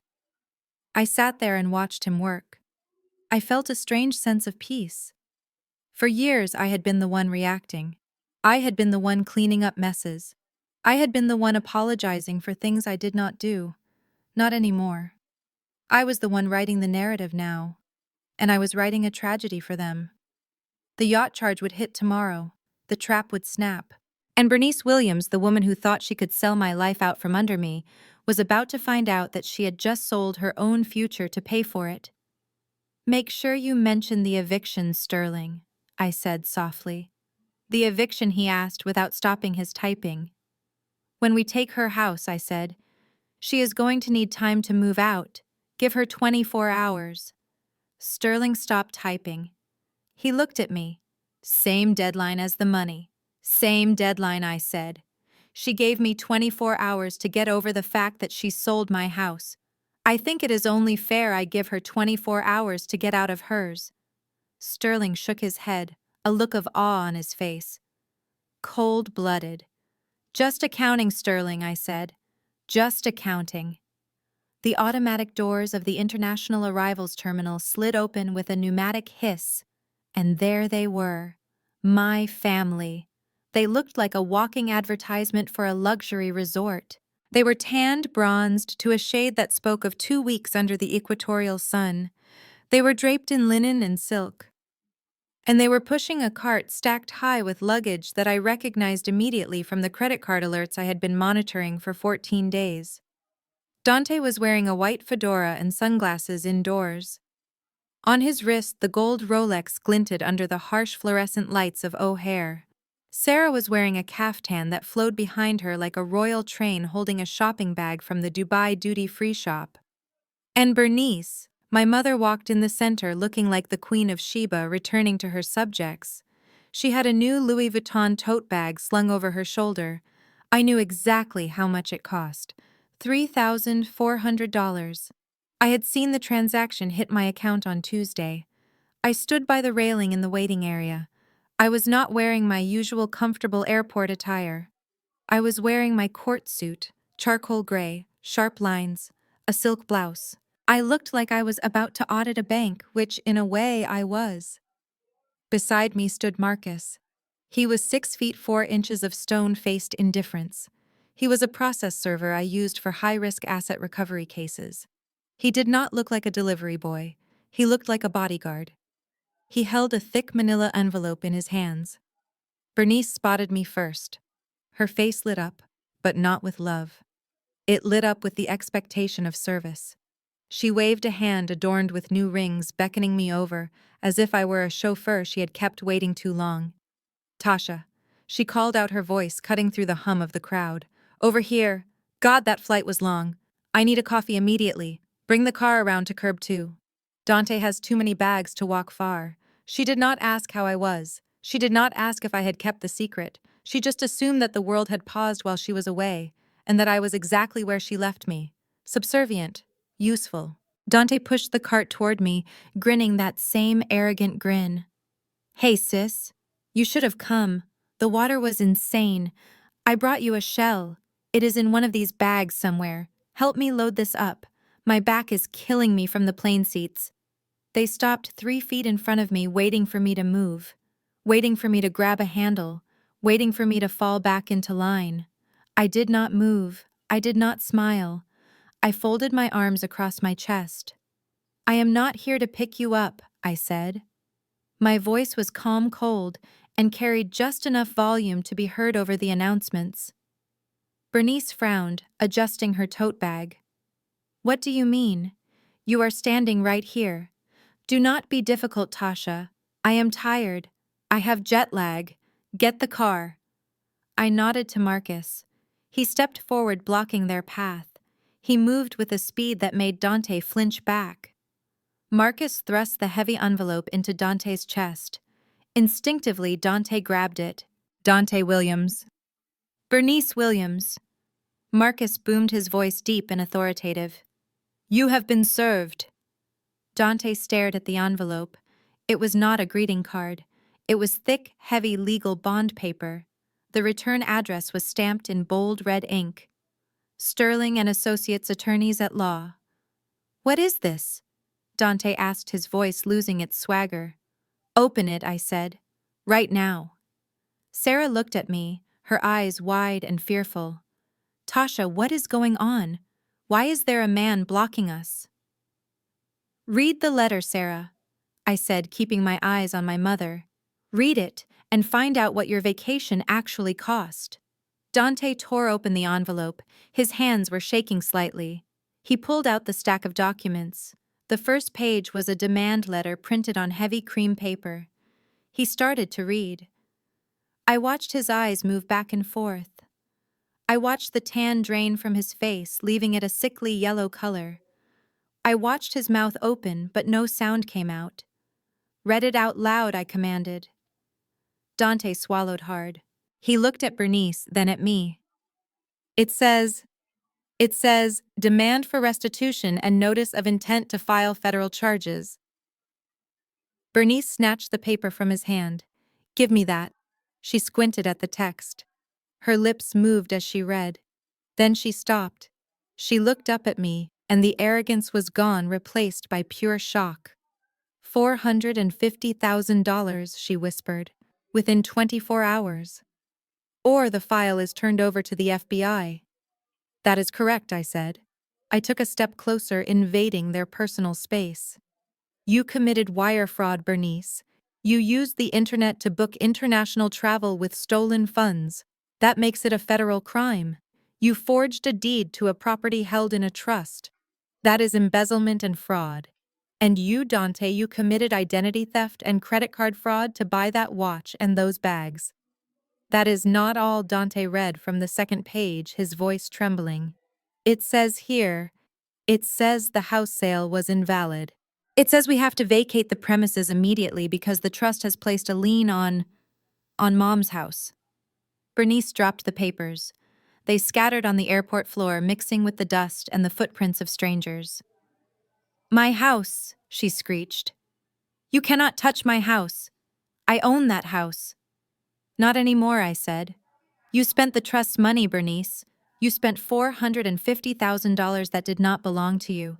And since you cannot pay it back because I know your bank account is empty, the trust is exercising its right to recover assets. Your house is collateral. This is a joke, Sarah stammered, backing away from the cart.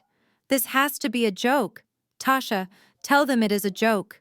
We just got back. We are tired. I looked at Sarah. She was wearing a bracelet I had paid for. The FBI does not tell jokes, Sarah, I said. And neither do I. Dante looked at the Rolex on his wrist. He looked like he wanted to rip it off, but he knew it was too late. The cameras in the terminal were recording everything.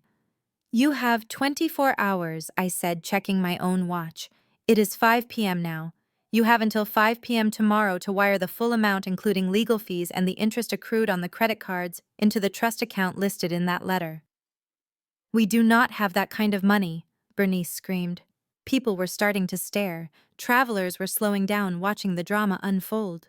Bernice did not care. She was fighting for her life. We spent it. You know we spent it. How can we pay you back in a day? That sounds like a you problem, I said. Maybe you should return the bags. Maybe you should sell the watch. Maybe you should have thought about that before you stole my identity and flew to the Maldives. You are evil, Bernice hissed. She lunged toward me, her hands' claws reaching for my face. Marcus stepped in between us effortlessly. He did not touch her. He just occupied the space, a wall of muscle and law. Step back, ma'am, Marcus said. Assaulting a trustee in the presence of a process server is another charge you do not want.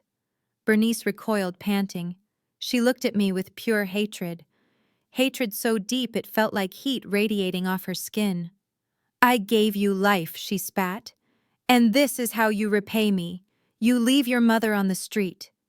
You left me first, Mom, I said quietly. You left me when you stole my father's legacy. You left me when you mocked me for working hard while you played with stolen money. You made your choice. Now you have to live in it. I looked at Dante. He was leaning against the luggage cart, looking like he was about to vomit. 24 hours, Dante, I said. And if that watch is missing or scratched when the marshals come for your assets, I will add another charge for destruction of evidence. I turned my back on them. It was the hardest thing I had ever done and the easiest. I heard Bernice sobbing behind me. I heard Sarah whispering frantic questions to Dante, asking if she was going to go to jail, asking if she could get an annulment. I walked toward the exit. The automatic doors slid open and the humid Chicago air hit me. It smelled of exhaust and rain. It smelled like reality. I did not offer them a ride. I did not give them a few dollars for a cab. I left them standing there with their Louis Vuitton bags and their tans and their ruin. They had to find their own way home, if they even had a home left to go to. I got into my car and sat in the silence for a moment. My hands were steady. My heart was slow. I felt clean. I pulled out my phone and texted Sterling. Package delivered. Start the clock. Then I drove away, leaving the airport behind. The sun was setting, painting the sky in shades of bruised purple and blood orange. It was beautiful. Tomorrow at 5 p.m. the hammer would drop. But for tonight, I was going to order a pizza. I was going to pour a glass of wine. And I was going to sleep. For the first time in 2 weeks, I was going to sleep like a baby. Because the monsters were not under my bed anymore. They were standing at curb 2, waiting for a taxi they could not afford. I sat in my car 3 blocks away, watching the lights flicker in the living room of 12 Oak Lane. I did not need to be inside to know exactly what was happening. I knew the layout of that house better than I knew my own palm. I knew the acoustics of the hardwood floors. I knew which floorboard creaked when you paced back and forth in panic. And I knew my family. I knew their rhythms. I knew their breaking points. And tonight I was the architect of their collapse. Inside, the atmosphere was suffocating. The air conditioner was humming, but it could not cool the heat of desperation that filled the room.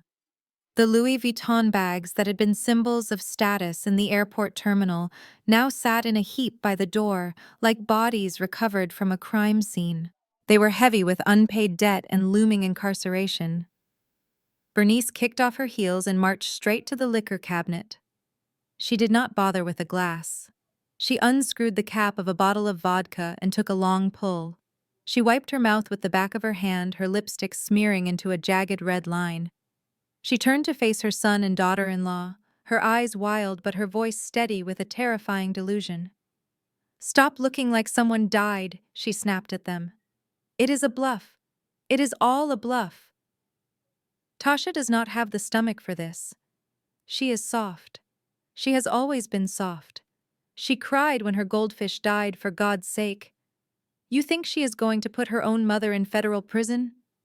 Please, she is trying to scare us into giving her money we do not have. Dante was pacing the length of the oriental rug, wearing a path into the fabric. He had taken off the white fedora and was running his hands through his hair, messing up the expensive cut he had gotten in mail. He looked at his mother with eyes that were starting to understand the gravity of the situation. "Mom, did you see the letter?" he asked, his voice cracking. "Did you see the seal on the subpoena? That was not a bluff. That was a process server. A real one. And that guy Marcus, he looked like he wanted to break my legs.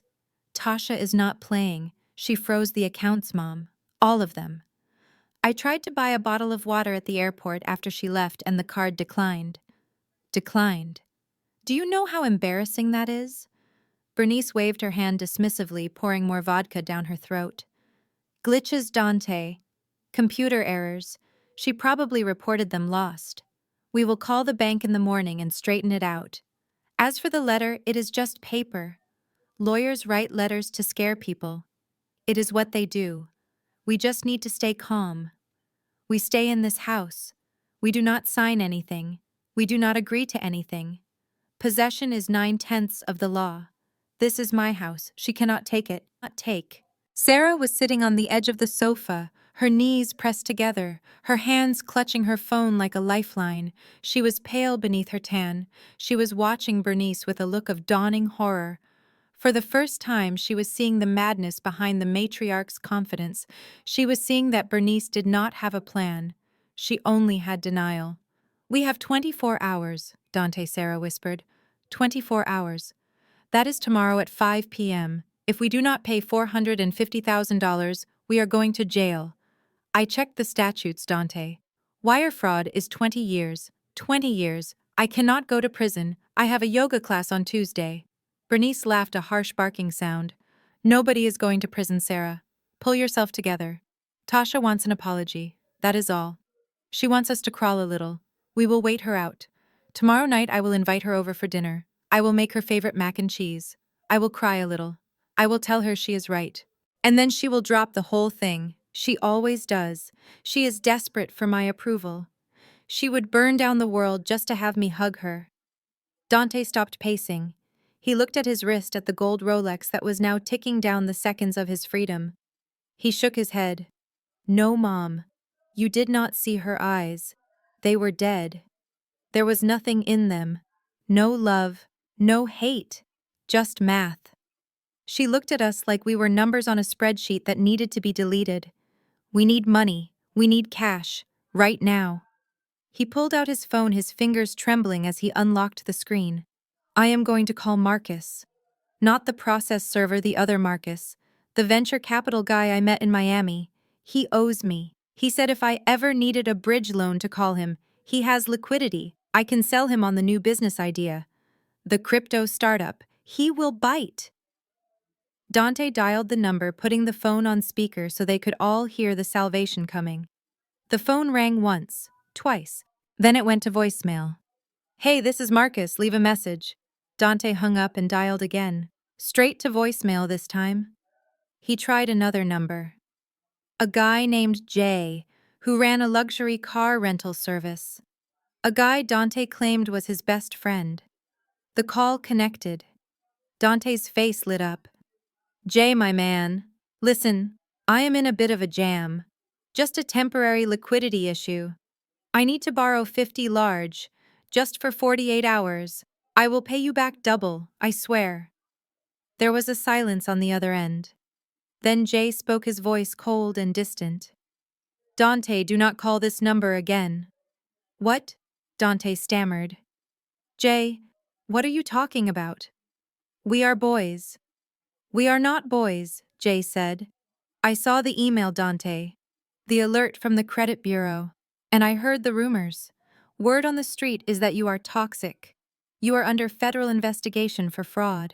Tasha Williams sent a notice to every creditor and potential investor in the city, warning them that your assets are frozen and your collateral is stolen property. Nobody is going to touch you, man. You are radioactive. Lose my number. The line went dead. Dante stared at the phone as if it had turned into a snake. She blacklisted me, he whispered. She called everyone. She destroyed my reputation before we even landed. Bernice scoffed. Reputation. You do not have a reputation, Dante. You are my son. That is your reputation.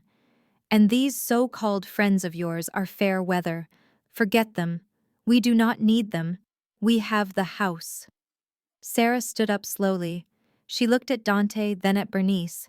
The house, she said, her voice rising in pitch. The house that Tasha says she owns. The house that has a lien on it. The house that we are supposed to be evicted from in 23 hours. It is my house! Bernice screamed, slamming the vodka bottle onto the coffee table. Glass shattered. Alcohol soaked into the rug. It is my name on the mailbox. It is my furniture. Tasha is lying. She fabricated that trust document. Elijah would never do that to me. He loved me. He was afraid of you, Dante said quietly. He was afraid you would spend every dime he made. And you did, Mom. You spent it all. Shut up, Bernice hissed. Shut up, both of you. I am the victim here. My own daughter is trying to destroy me. After everything I sacrificed. Sarah was not listening anymore. She was tapping frantically on her phone.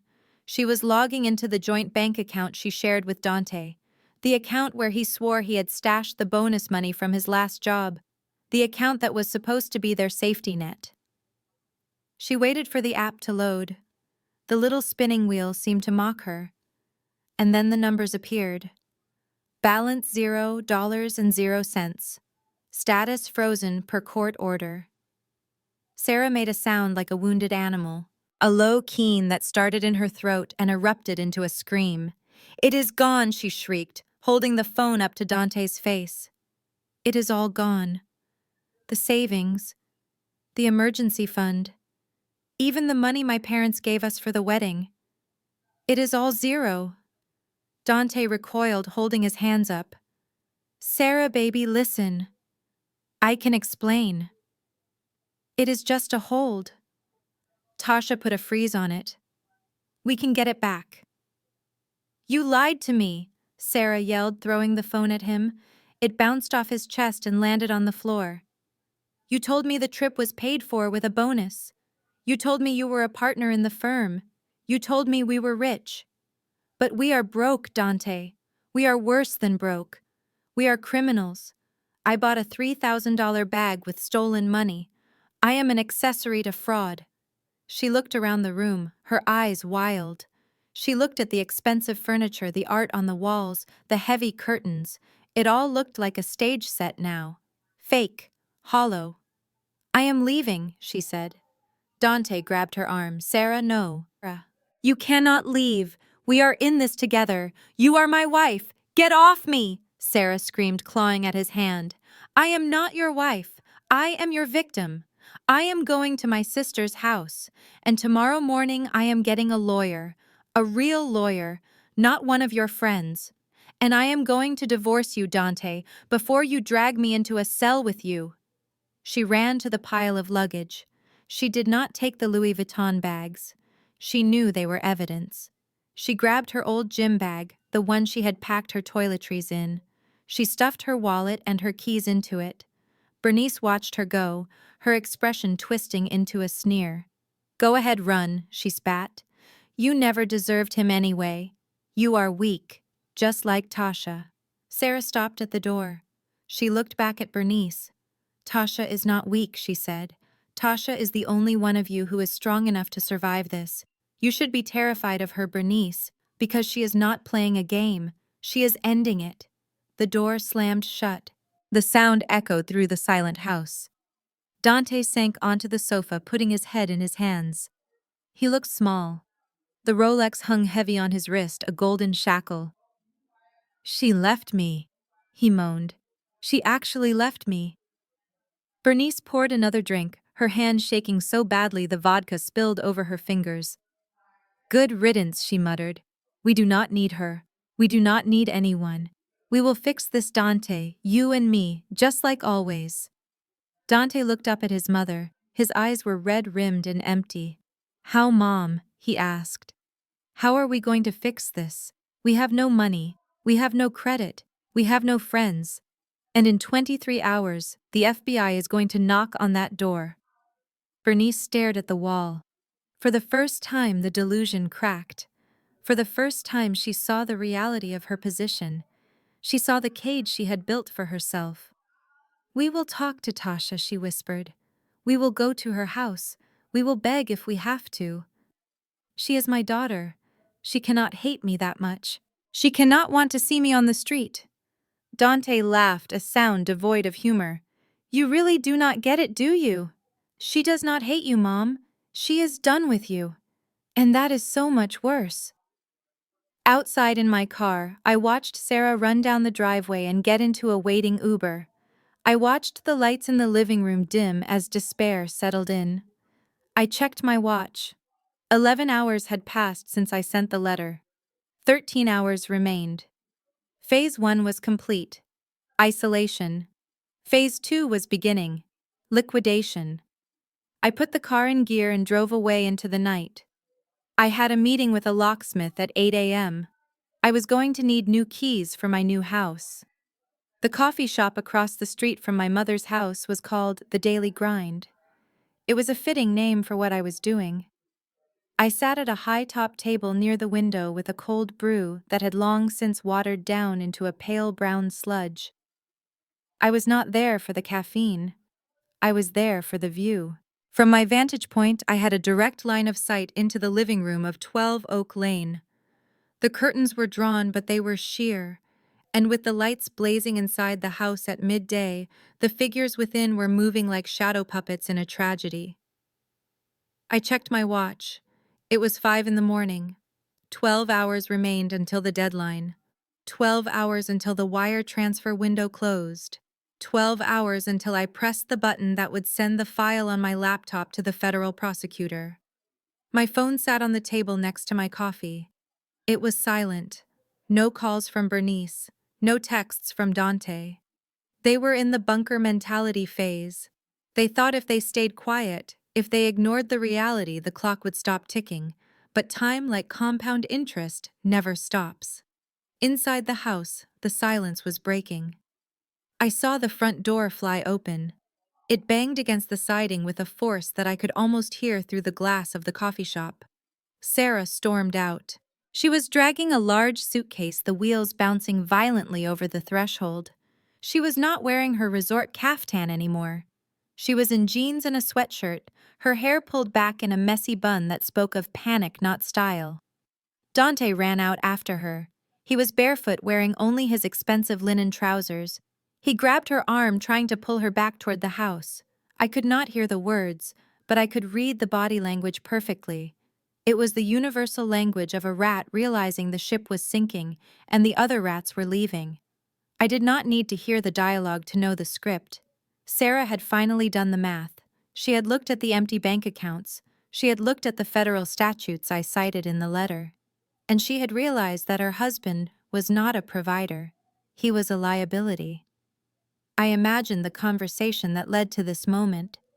It likely started with denial. Dante probably tried to spin the frozen accounts as a misunderstanding, a bank error. He probably told her that the bonus check was real, that I was just jealous. But Sarah, for all her shallowness, was not illiterate. She had read the letter from Sterling. She saw the words wire fraud and federal prison. I watched as Sarah screamed something at him, pointing a finger back at the house. I imagined her shrieking, "You said it was a bonus, Dante. You said it was your money. You made me an accessory." Dante tried to hug her, a desperate attempt to use his charm, the only currency he had ever possessed. But the market had crashed. Sarah shoved him away hard enough that he stumbled back against the porch railing. She dragged her suitcase to the curb and pulled out her phone. She was calling a rideshare. She was not taking the BMW because she knew it was leased in my name and reported stolen. She was cutting her losses. Dante stood on the porch, his chest heaving. He looked smaller than I had ever seen him. Without his entourage, without his audience, he was just a man in overpriced pants, standing in front of a house he did not own. Sarah's car arrived 3 minutes later. She threw her bag in the trunk and got in the back seat without looking at him once. As the car drove away, she passed right by the coffee shop. I saw her face through the window. She was crying. Not the pretty tears she used to get her way, but the ugly, blotchy tears of someone whose entire reality has just been exposed as a fraud. "Goodbye, Sarah," I whispered. "Enjoy the divorce. I hear the legal fees are brutal." Dante watched the car disappear.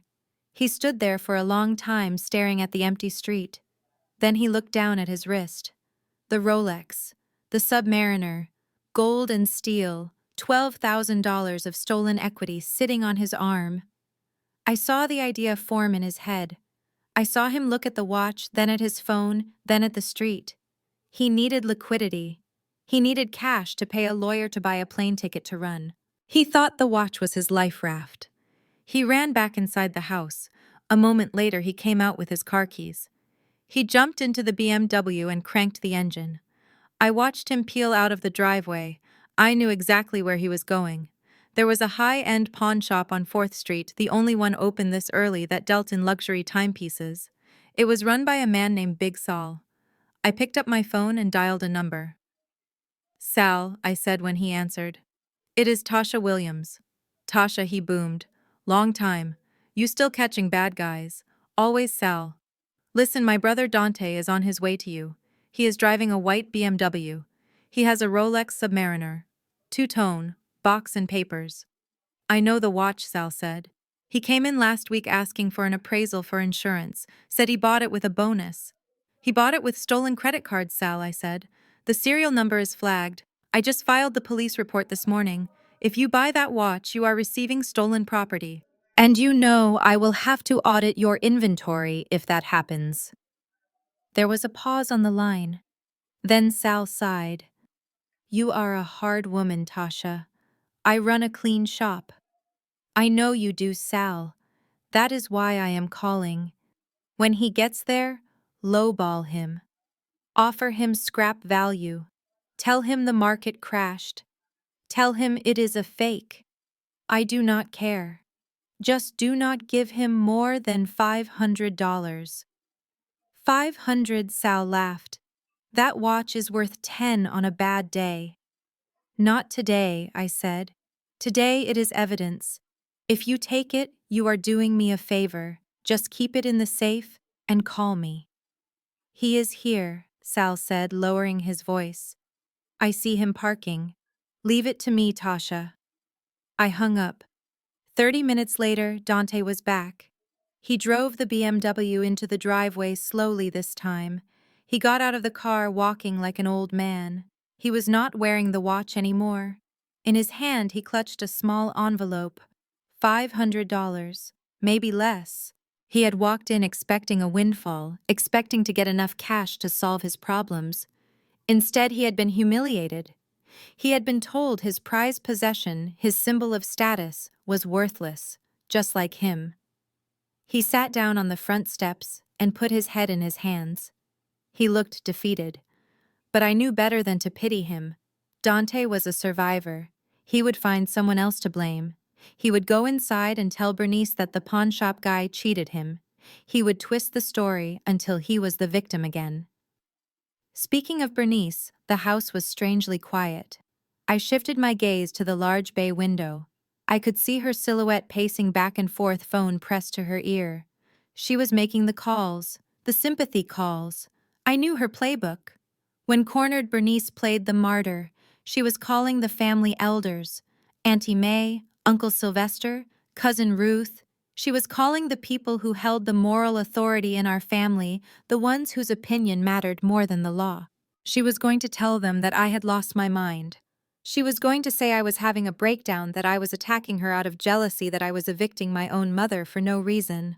She would cry, she would quote scripture, she would beg them to call me, to shame me into submission. I took a sip of my coffee. It was bitter, but I drank it anyway. Bernice thought she controlled the narrative. She thought information traveled slowly like it did in the old days. She forgot that I lived in the digital age. 2 hours ago, while they were still arguing, I had sent an email. A mass email. Subject: urgent family update regarding the estate of Elijah Williams.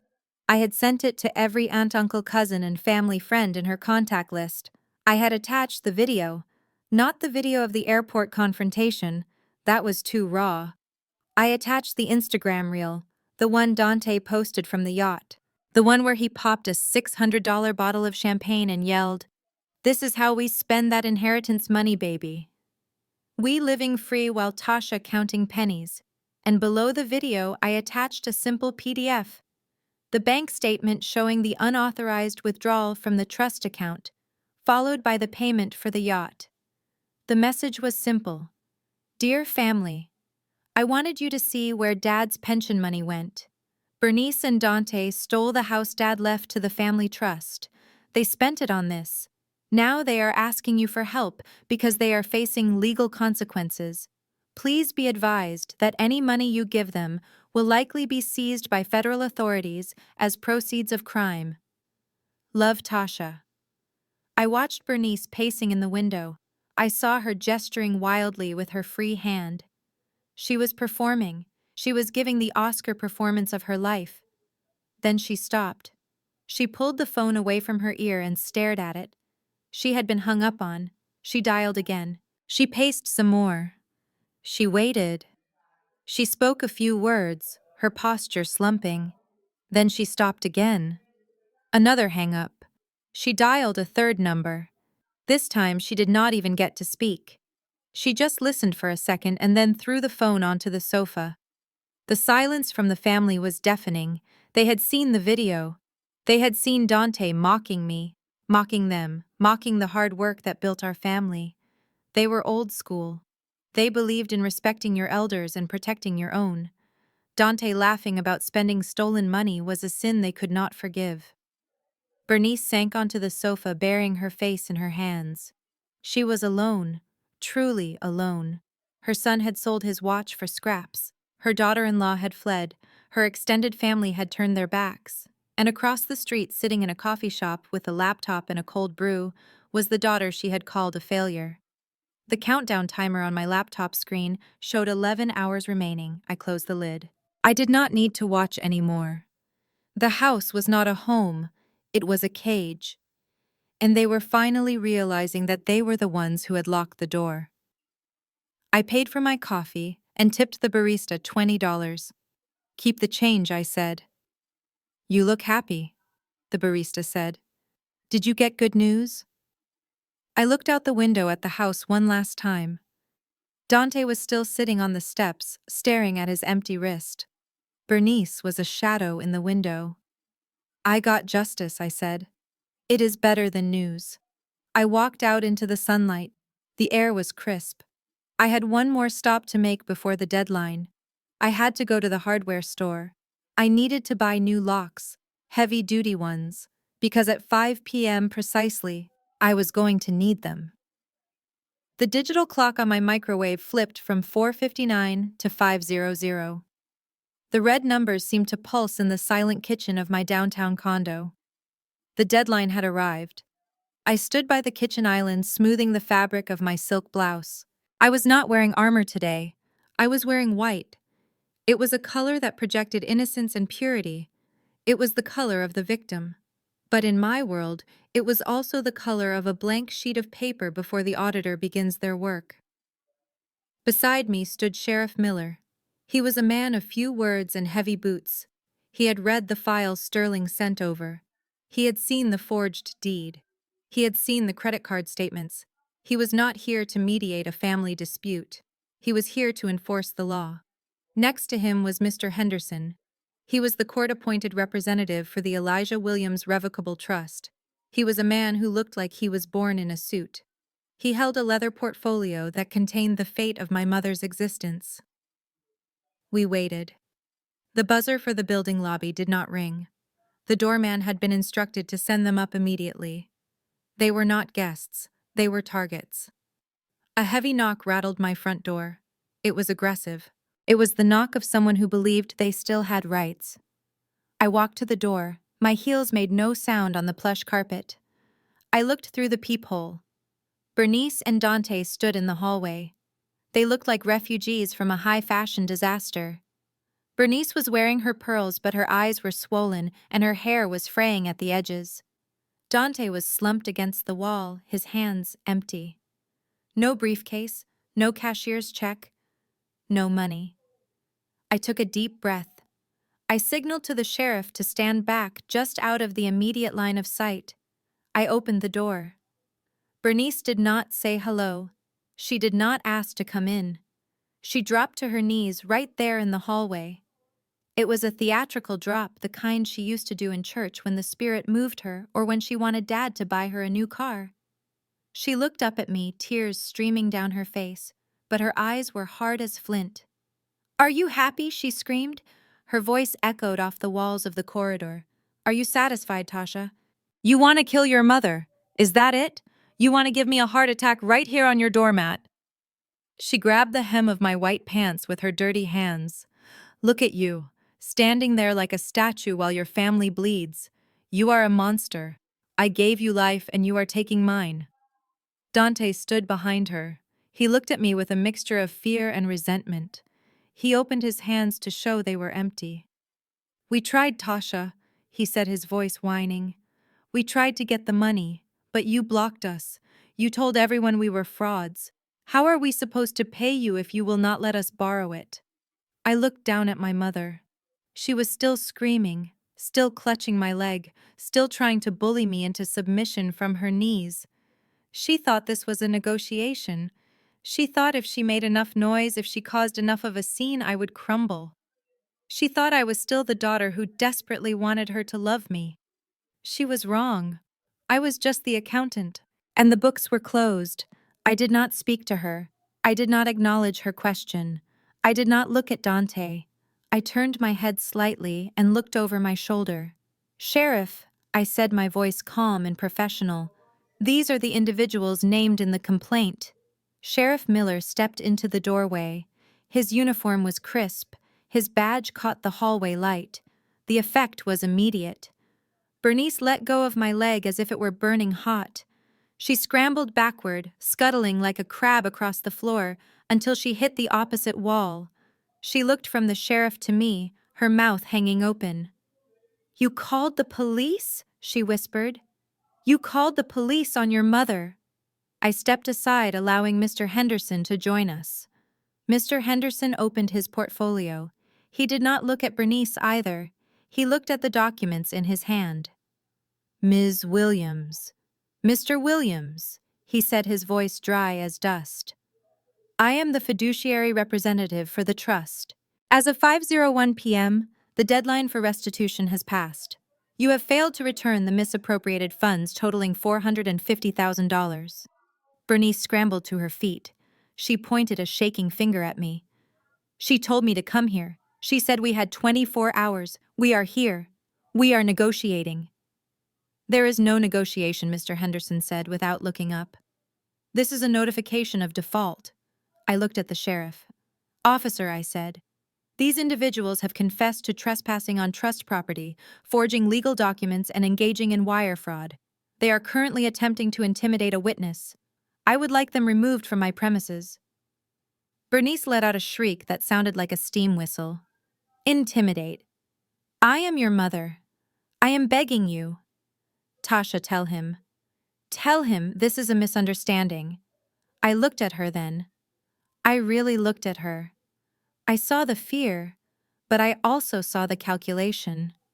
She was already thinking about how to spin this. She was already thinking about how to blame me. She had not brought the money. She had brought her audacity. She thought she could pay her debt with guilt. I turned back to the sheriff. They have admitted to spending the stolen funds on luxury travel, I said, reciting the facts as if I were reading a court transcript. They have no means of repayment. They are flight risks, and they are currently harassing me in my own home. Dante stepped forward, his hands raised. Tasha, please. I sold the watch. I got $500. It is a start. Here. He reached into his pocket. Sheriff Miller put his hand on his holster. Do not reach for anything, son. Keep your hands where I can see them. Dante froze. He began to cry. Soft, pathetic sobs that shook his shoulders. Bernice looked at Dante, then at the sheriff, then at me. Her face contorted. You ungrateful little witch, she spat. I should have left you at the hospital when you were born. I knew you were wrong. You were always wrong, too quiet, too watching. You never loved us. I felt a small cold smile touch my lips. I loved you enough to pay for Dad's funeral while you were shopping for shoes, I said. I loved you enough to keep Dante out of jail 3 times. I loved you enough to let you live in a house you did not pay for. I stepped back into my apartment. But love is not a currency, Mom. And your credit is no good here. I looked at Mr. Henderson. Execute the lien, I said.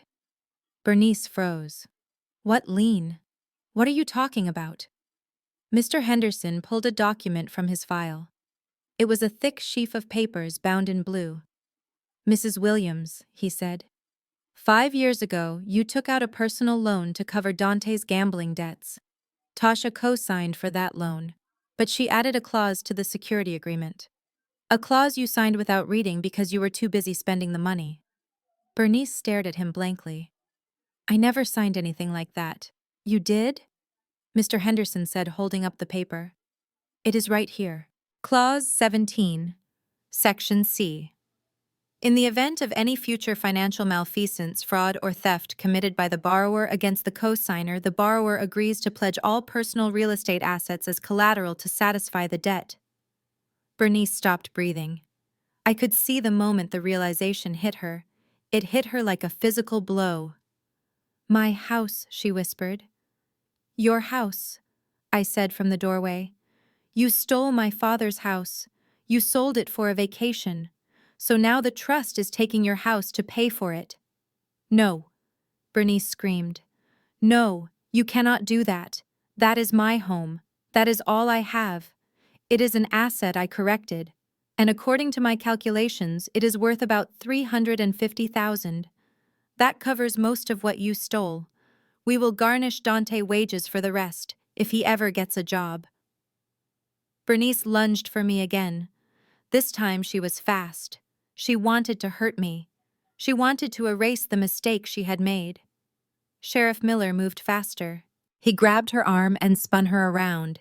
He pinned her against the hallway wall. Bernice Williams, you are under arrest, he said, his voice bored and routine. What? Bernice shrieked. For what? Assaulting a police officer?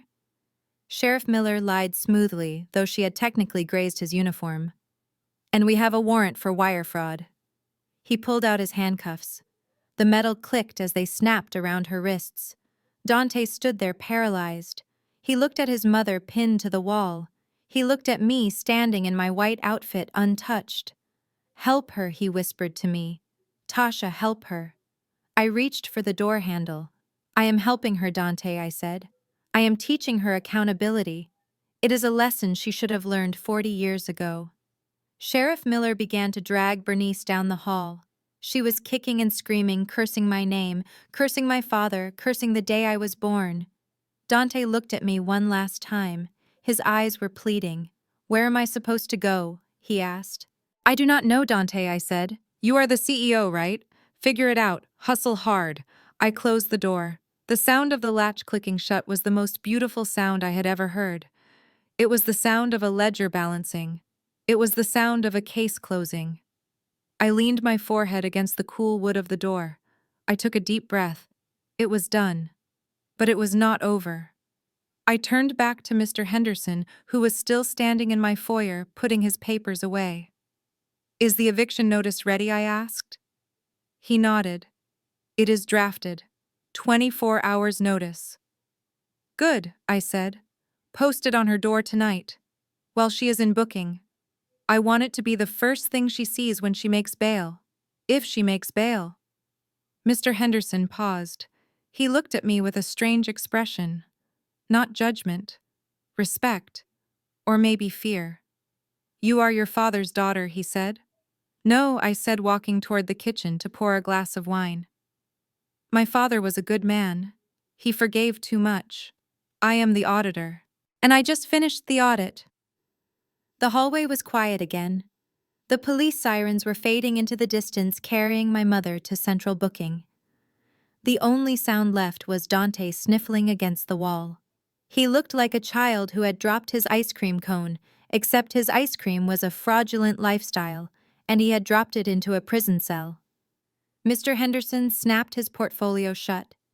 The sound was like a gavel hitting a block. He nodded to me, once a gesture of professional respect, and stepped into the elevator, leaving me alone with my brother. But we were not alone for long. The door to my home office opened and Sterling walked out. He had been there the whole time, listening, monitoring, ensuring that every procedural step was followed to the letter. He held a glass of my best scotch in his hand. He looked at Dante with the kind of pity one reserves for roadkill. "You really did not read the paperwork, did you, son?" Sterling asked, taking a sip of the amber liquid.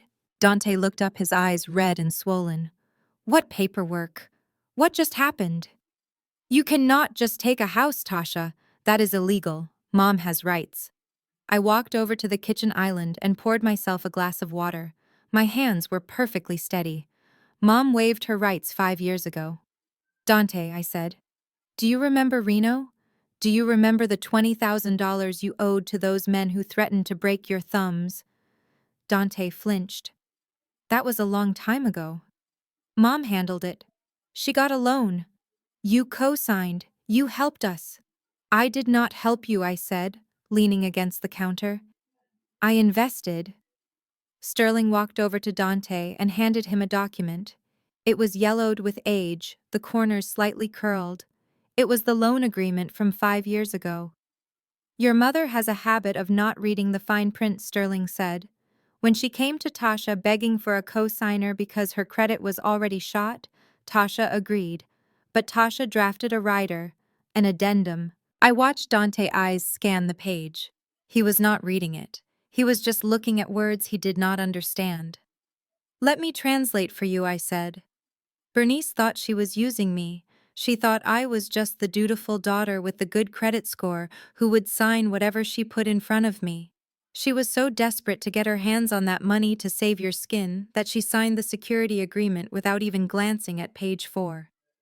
"Page 4, Sterling said, tapping the paper. "The cross-collateralization clause. It is a beautiful piece of legal drafting. It states that any future financial liability incurred by the borrower Bernice Williams against the cosigner, Tasha Williams, due to fraud, theft, or negligence would automatically trigger a lien against the borrower's primary residence." Dante looked at me, his mouth hanging open. "You planned this. 5 years ago." "I did not plan for her to steal my house, Dante," I said.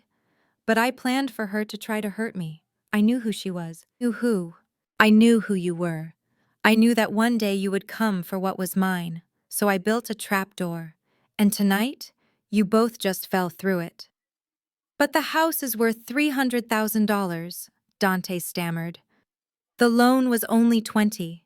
"It is not about the loan anymore," Sterling interrupted. "It is about the $450,000 she just stole from the trust. That clause links the two. By committing fraud against the trust which Tasha manages, she triggered the default provision on the original agreement. The lien is not for 20,000. It is for the full amount of the damages. I walked closer to Dante. The math is simple, I said. Bernice sold a house she did not own and spent the money. That money is gone. The trust needs to be made whole. The only asset Bernice has is her house.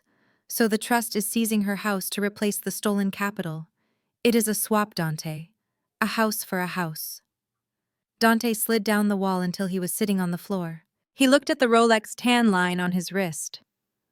So we are homeless, he whispered. You are homeless, I corrected. Bernice has a place to stay for the next few years. It is state-funded. It is not the Maldives, but I hear the security is excellent. Sterling checked his watch. The eviction notice has been posted on the door of 12 Oak Lane. We have a crew going over there in the morning to change the locks. Anything left inside will be moved to storage. You have 24 hours to retrieve your personal effects. I suggest you hurry. I hear it is going to rain. Dante looked up at me. There was no anger left in him. Just shock. Total, absolute shock. You really did it, he said. You really took everything. I took nothing. I said cold as the grave. I recovered stolen assets. There is a difference. I opened the front door. Get out, Dante. He stood up slowly. He looked at the luxury apartment he had mocked me for buying. He looked at the suit I was wearing. He looked at the woman he had called a bean counter. He walked to the door. He paused on the threshold. What am I going to do, Tasha? I have no money. I have no car. Sarah took the cash. I looked at him. I remembered him laughing at the barbecue. I remembered him telling me I lacked empathy. I hear We Buy Ugly Houses is hiring, I said. You should apply. You have experience with their business model. I slammed the door in his face.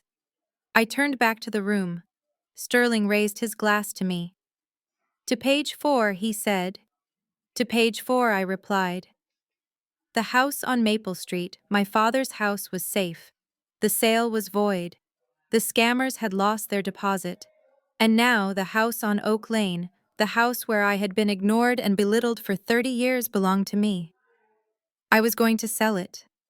I was going to sell it and put the money into the trust. And I was going to use it to fund a scholarship for girls who wanted to study forensic accounting. I walked to the window and looked down at the street. I saw Dante walking away. His shoulders hunched against the wind. He looked small. He looked like a line item that had been redacted. The audit was complete. The books were balanced. And I was finally in the black.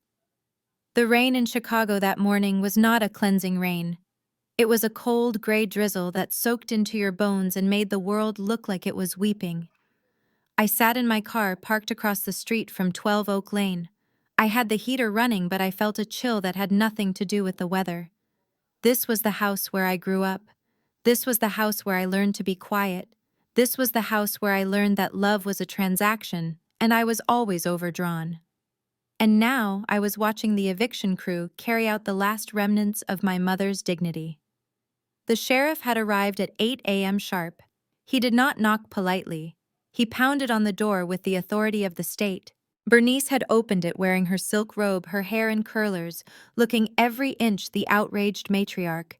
I could see her shouting. I could see her pointing fingers. She was threatening them. She was telling them she knew judges. She was telling them this was a mistake. But the sheriff held a piece of paper that did not care about her connections. It was a writ of possession. The trust now owned the property. Bernice Williams was a squatter. 2 deputies escorted her out. She was not walking with her head held high. She was kicking and screaming.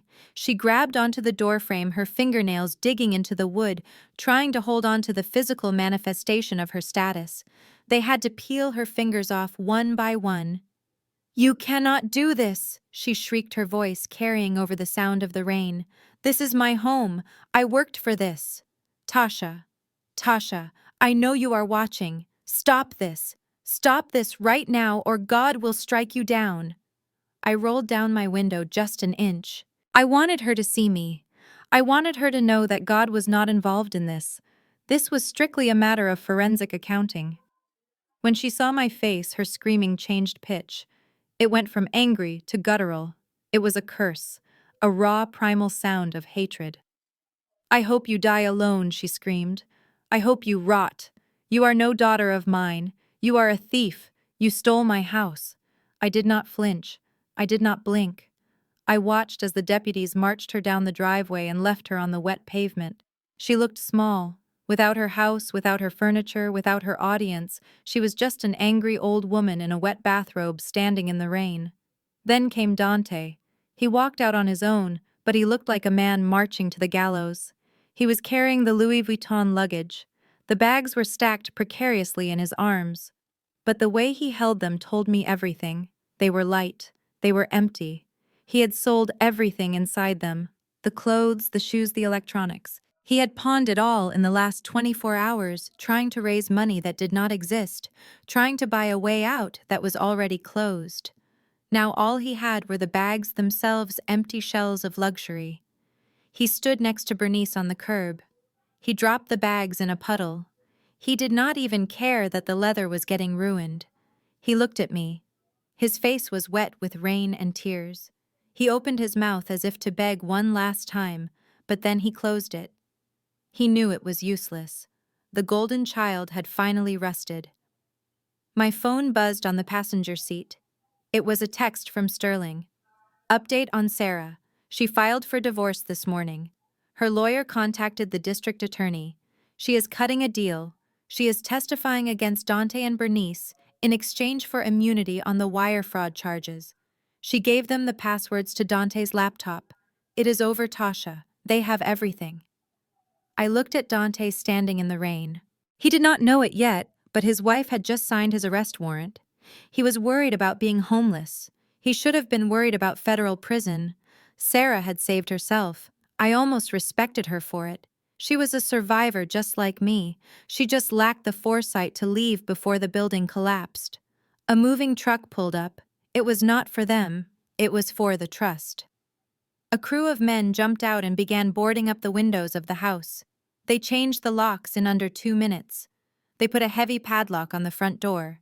Bernice watched them hammer the plywood over the windows of her living room. Every hammer blow seemed to hit her physically. She flinched with every thud. That living room was her stage. It was where she held court. It was where she judged the world. Now it was dark. Now it was closed. I put the car in drive. I had seen enough. I did not feel joy. I did not feel sadness. I felt the satisfaction of a column of numbers that finally added up to 0. I drove away, leaving them on the curb. I did not know where they would go. A shelter, maybe. A motel if they had any cash left hidden in their socks. It was not my concern. My concern was the future. I drove to 42 Maple Street, my father's house. The We Buy Ugly Houses truck was gone. The broker had fled the moment he received the legal notice from Sterling. The house stood quiet and empty under the gray sky. I walked up the path. The hydrangeas were drooping in the rain, but they were still alive. I unlocked the front door with the new key I had made. The inside smelled of dust and old paper. The intruders had stripped the curtains and moved the furniture, but the bones of the house were still there. The fireplace where my father used to roast chestnuts. The corner where he kept his record player. The kitchen where he taught me how to cook gumbo. It was empty, but it was safe. I walked through the rooms, my footsteps echoing on the hardwood. I thought I would feel his ghost here. I thought I would feel the weight of the memories, but I did not. I realized then that I could not live here. Not anymore. This house belonged to Elijah. It belonged to a time when we were a family before the rot set in. If I lived here, I would always be looking over my shoulder, waiting for Bernice to knock, waiting for Dante to break a window. The house was saved, but the home was gone. But that did not mean it was useless. I walked to the center of the living room and pulled out my phone. I dialed a number I had saved in my contacts a long time ago. A general contractor I had audited once, who turned out to be one of the few honest men in the city. "Mr. Davis," I said when he answered. "It is Tasha Williams. I have a job for you. Tasha, he said. Good to hear from you. What do you need? An audit. No, I said, looking around the empty room. I need a renovation. A total gut. I am standing in a property at 42 Maple Street. It is solid, but it needs work. I want you to tear out the old kitchen. I want you to put in commercial-grade appliances. I want you to turn the 3 bedrooms upstairs into dormitory-style suites. I want security cameras. I want a new roof. He paused. Dormitories. Commercial kitchen. What are you building, Tasha? A boarding house. No, I said. I am building a sanctuary. I want to turn this place into a transitional housing center for women, specifically for women who have suffered financial abuse. Women whose husbands or families stole their credit, stole their homes, and left them with nothing. I want to give them a place to land, a place to learn how to balance a checkbook, a place to learn how to be the vault. There was silence on the line. Then I heard the smile in his voice. That is a mighty fine thing to do, Tasha. When do you want to start? Tomorrow, I said. Send the crew. I will email you the retainer. I hung up the phone. I walked over to the spot where my father's armchair used to be. I closed my eyes. You were right, Dad, I whispered. You told me to protect the asset. I did, but I am not going to hoard it. I am going to share it. Bernice wanted this house to be a piggy bank. I am going to make it a fortress. I walked out of the house and locked the door behind me. The rain had stopped. The clouds were breaking apart, revealing a sliver of pale blue sky. My phone rang again. It was a number I did not recognize, but I knew who it was. It was a collect call from the county jail. Or maybe it was a payphone at a bus station. It was Bernice. I stared at the screen. I could picture her, shivering, angry, probably demanding that I come pick her up because it was cold and she was my mother, and how dare I? I pressed the block button. Then I went into my settings. I blocked Dante. I blocked Sarah just in case she got cold feet about the deal. I blocked every flying monkey aunt and cousin who had enabled them for 30 years. I got into my car and drove toward the city. I had a meeting with the district attorney in the morning to hand over the final evidence file. I had a business to run. I had a life to live. They wanted a vacation, I said aloud to the empty car. They wanted a trip they would never forget. Well, I gave it to them. I gave them a permanent vacation from my life. I gave them a one-way ticket to the reality they had been running from. And the best part was I did not even have to pay for the flight. They paid for it themselves, with everything they had. I turned on the radio. Jazz. Miles Davis. So what? The trumpet soared clear and defiant. I smiled and drove into the future. The books were closed, and I was finally free. The most profound lesson from this story is that shared DNA is never a license for abuse or theft. Tasha's victory proves that silence is not submission. Often it is the quiet discipline of strategy. By leveraging financial literacy and legal foresight, she demonstrated that competence is the ultimate weapon against entitlement. We must empower ourselves to set ironclad boundaries, understanding that protecting our peace and legacy sometimes requires cutting off those who refuse to respect them. Accountability isn't cruelty. It is the necessary consequence for those who mistake kindness for weakness.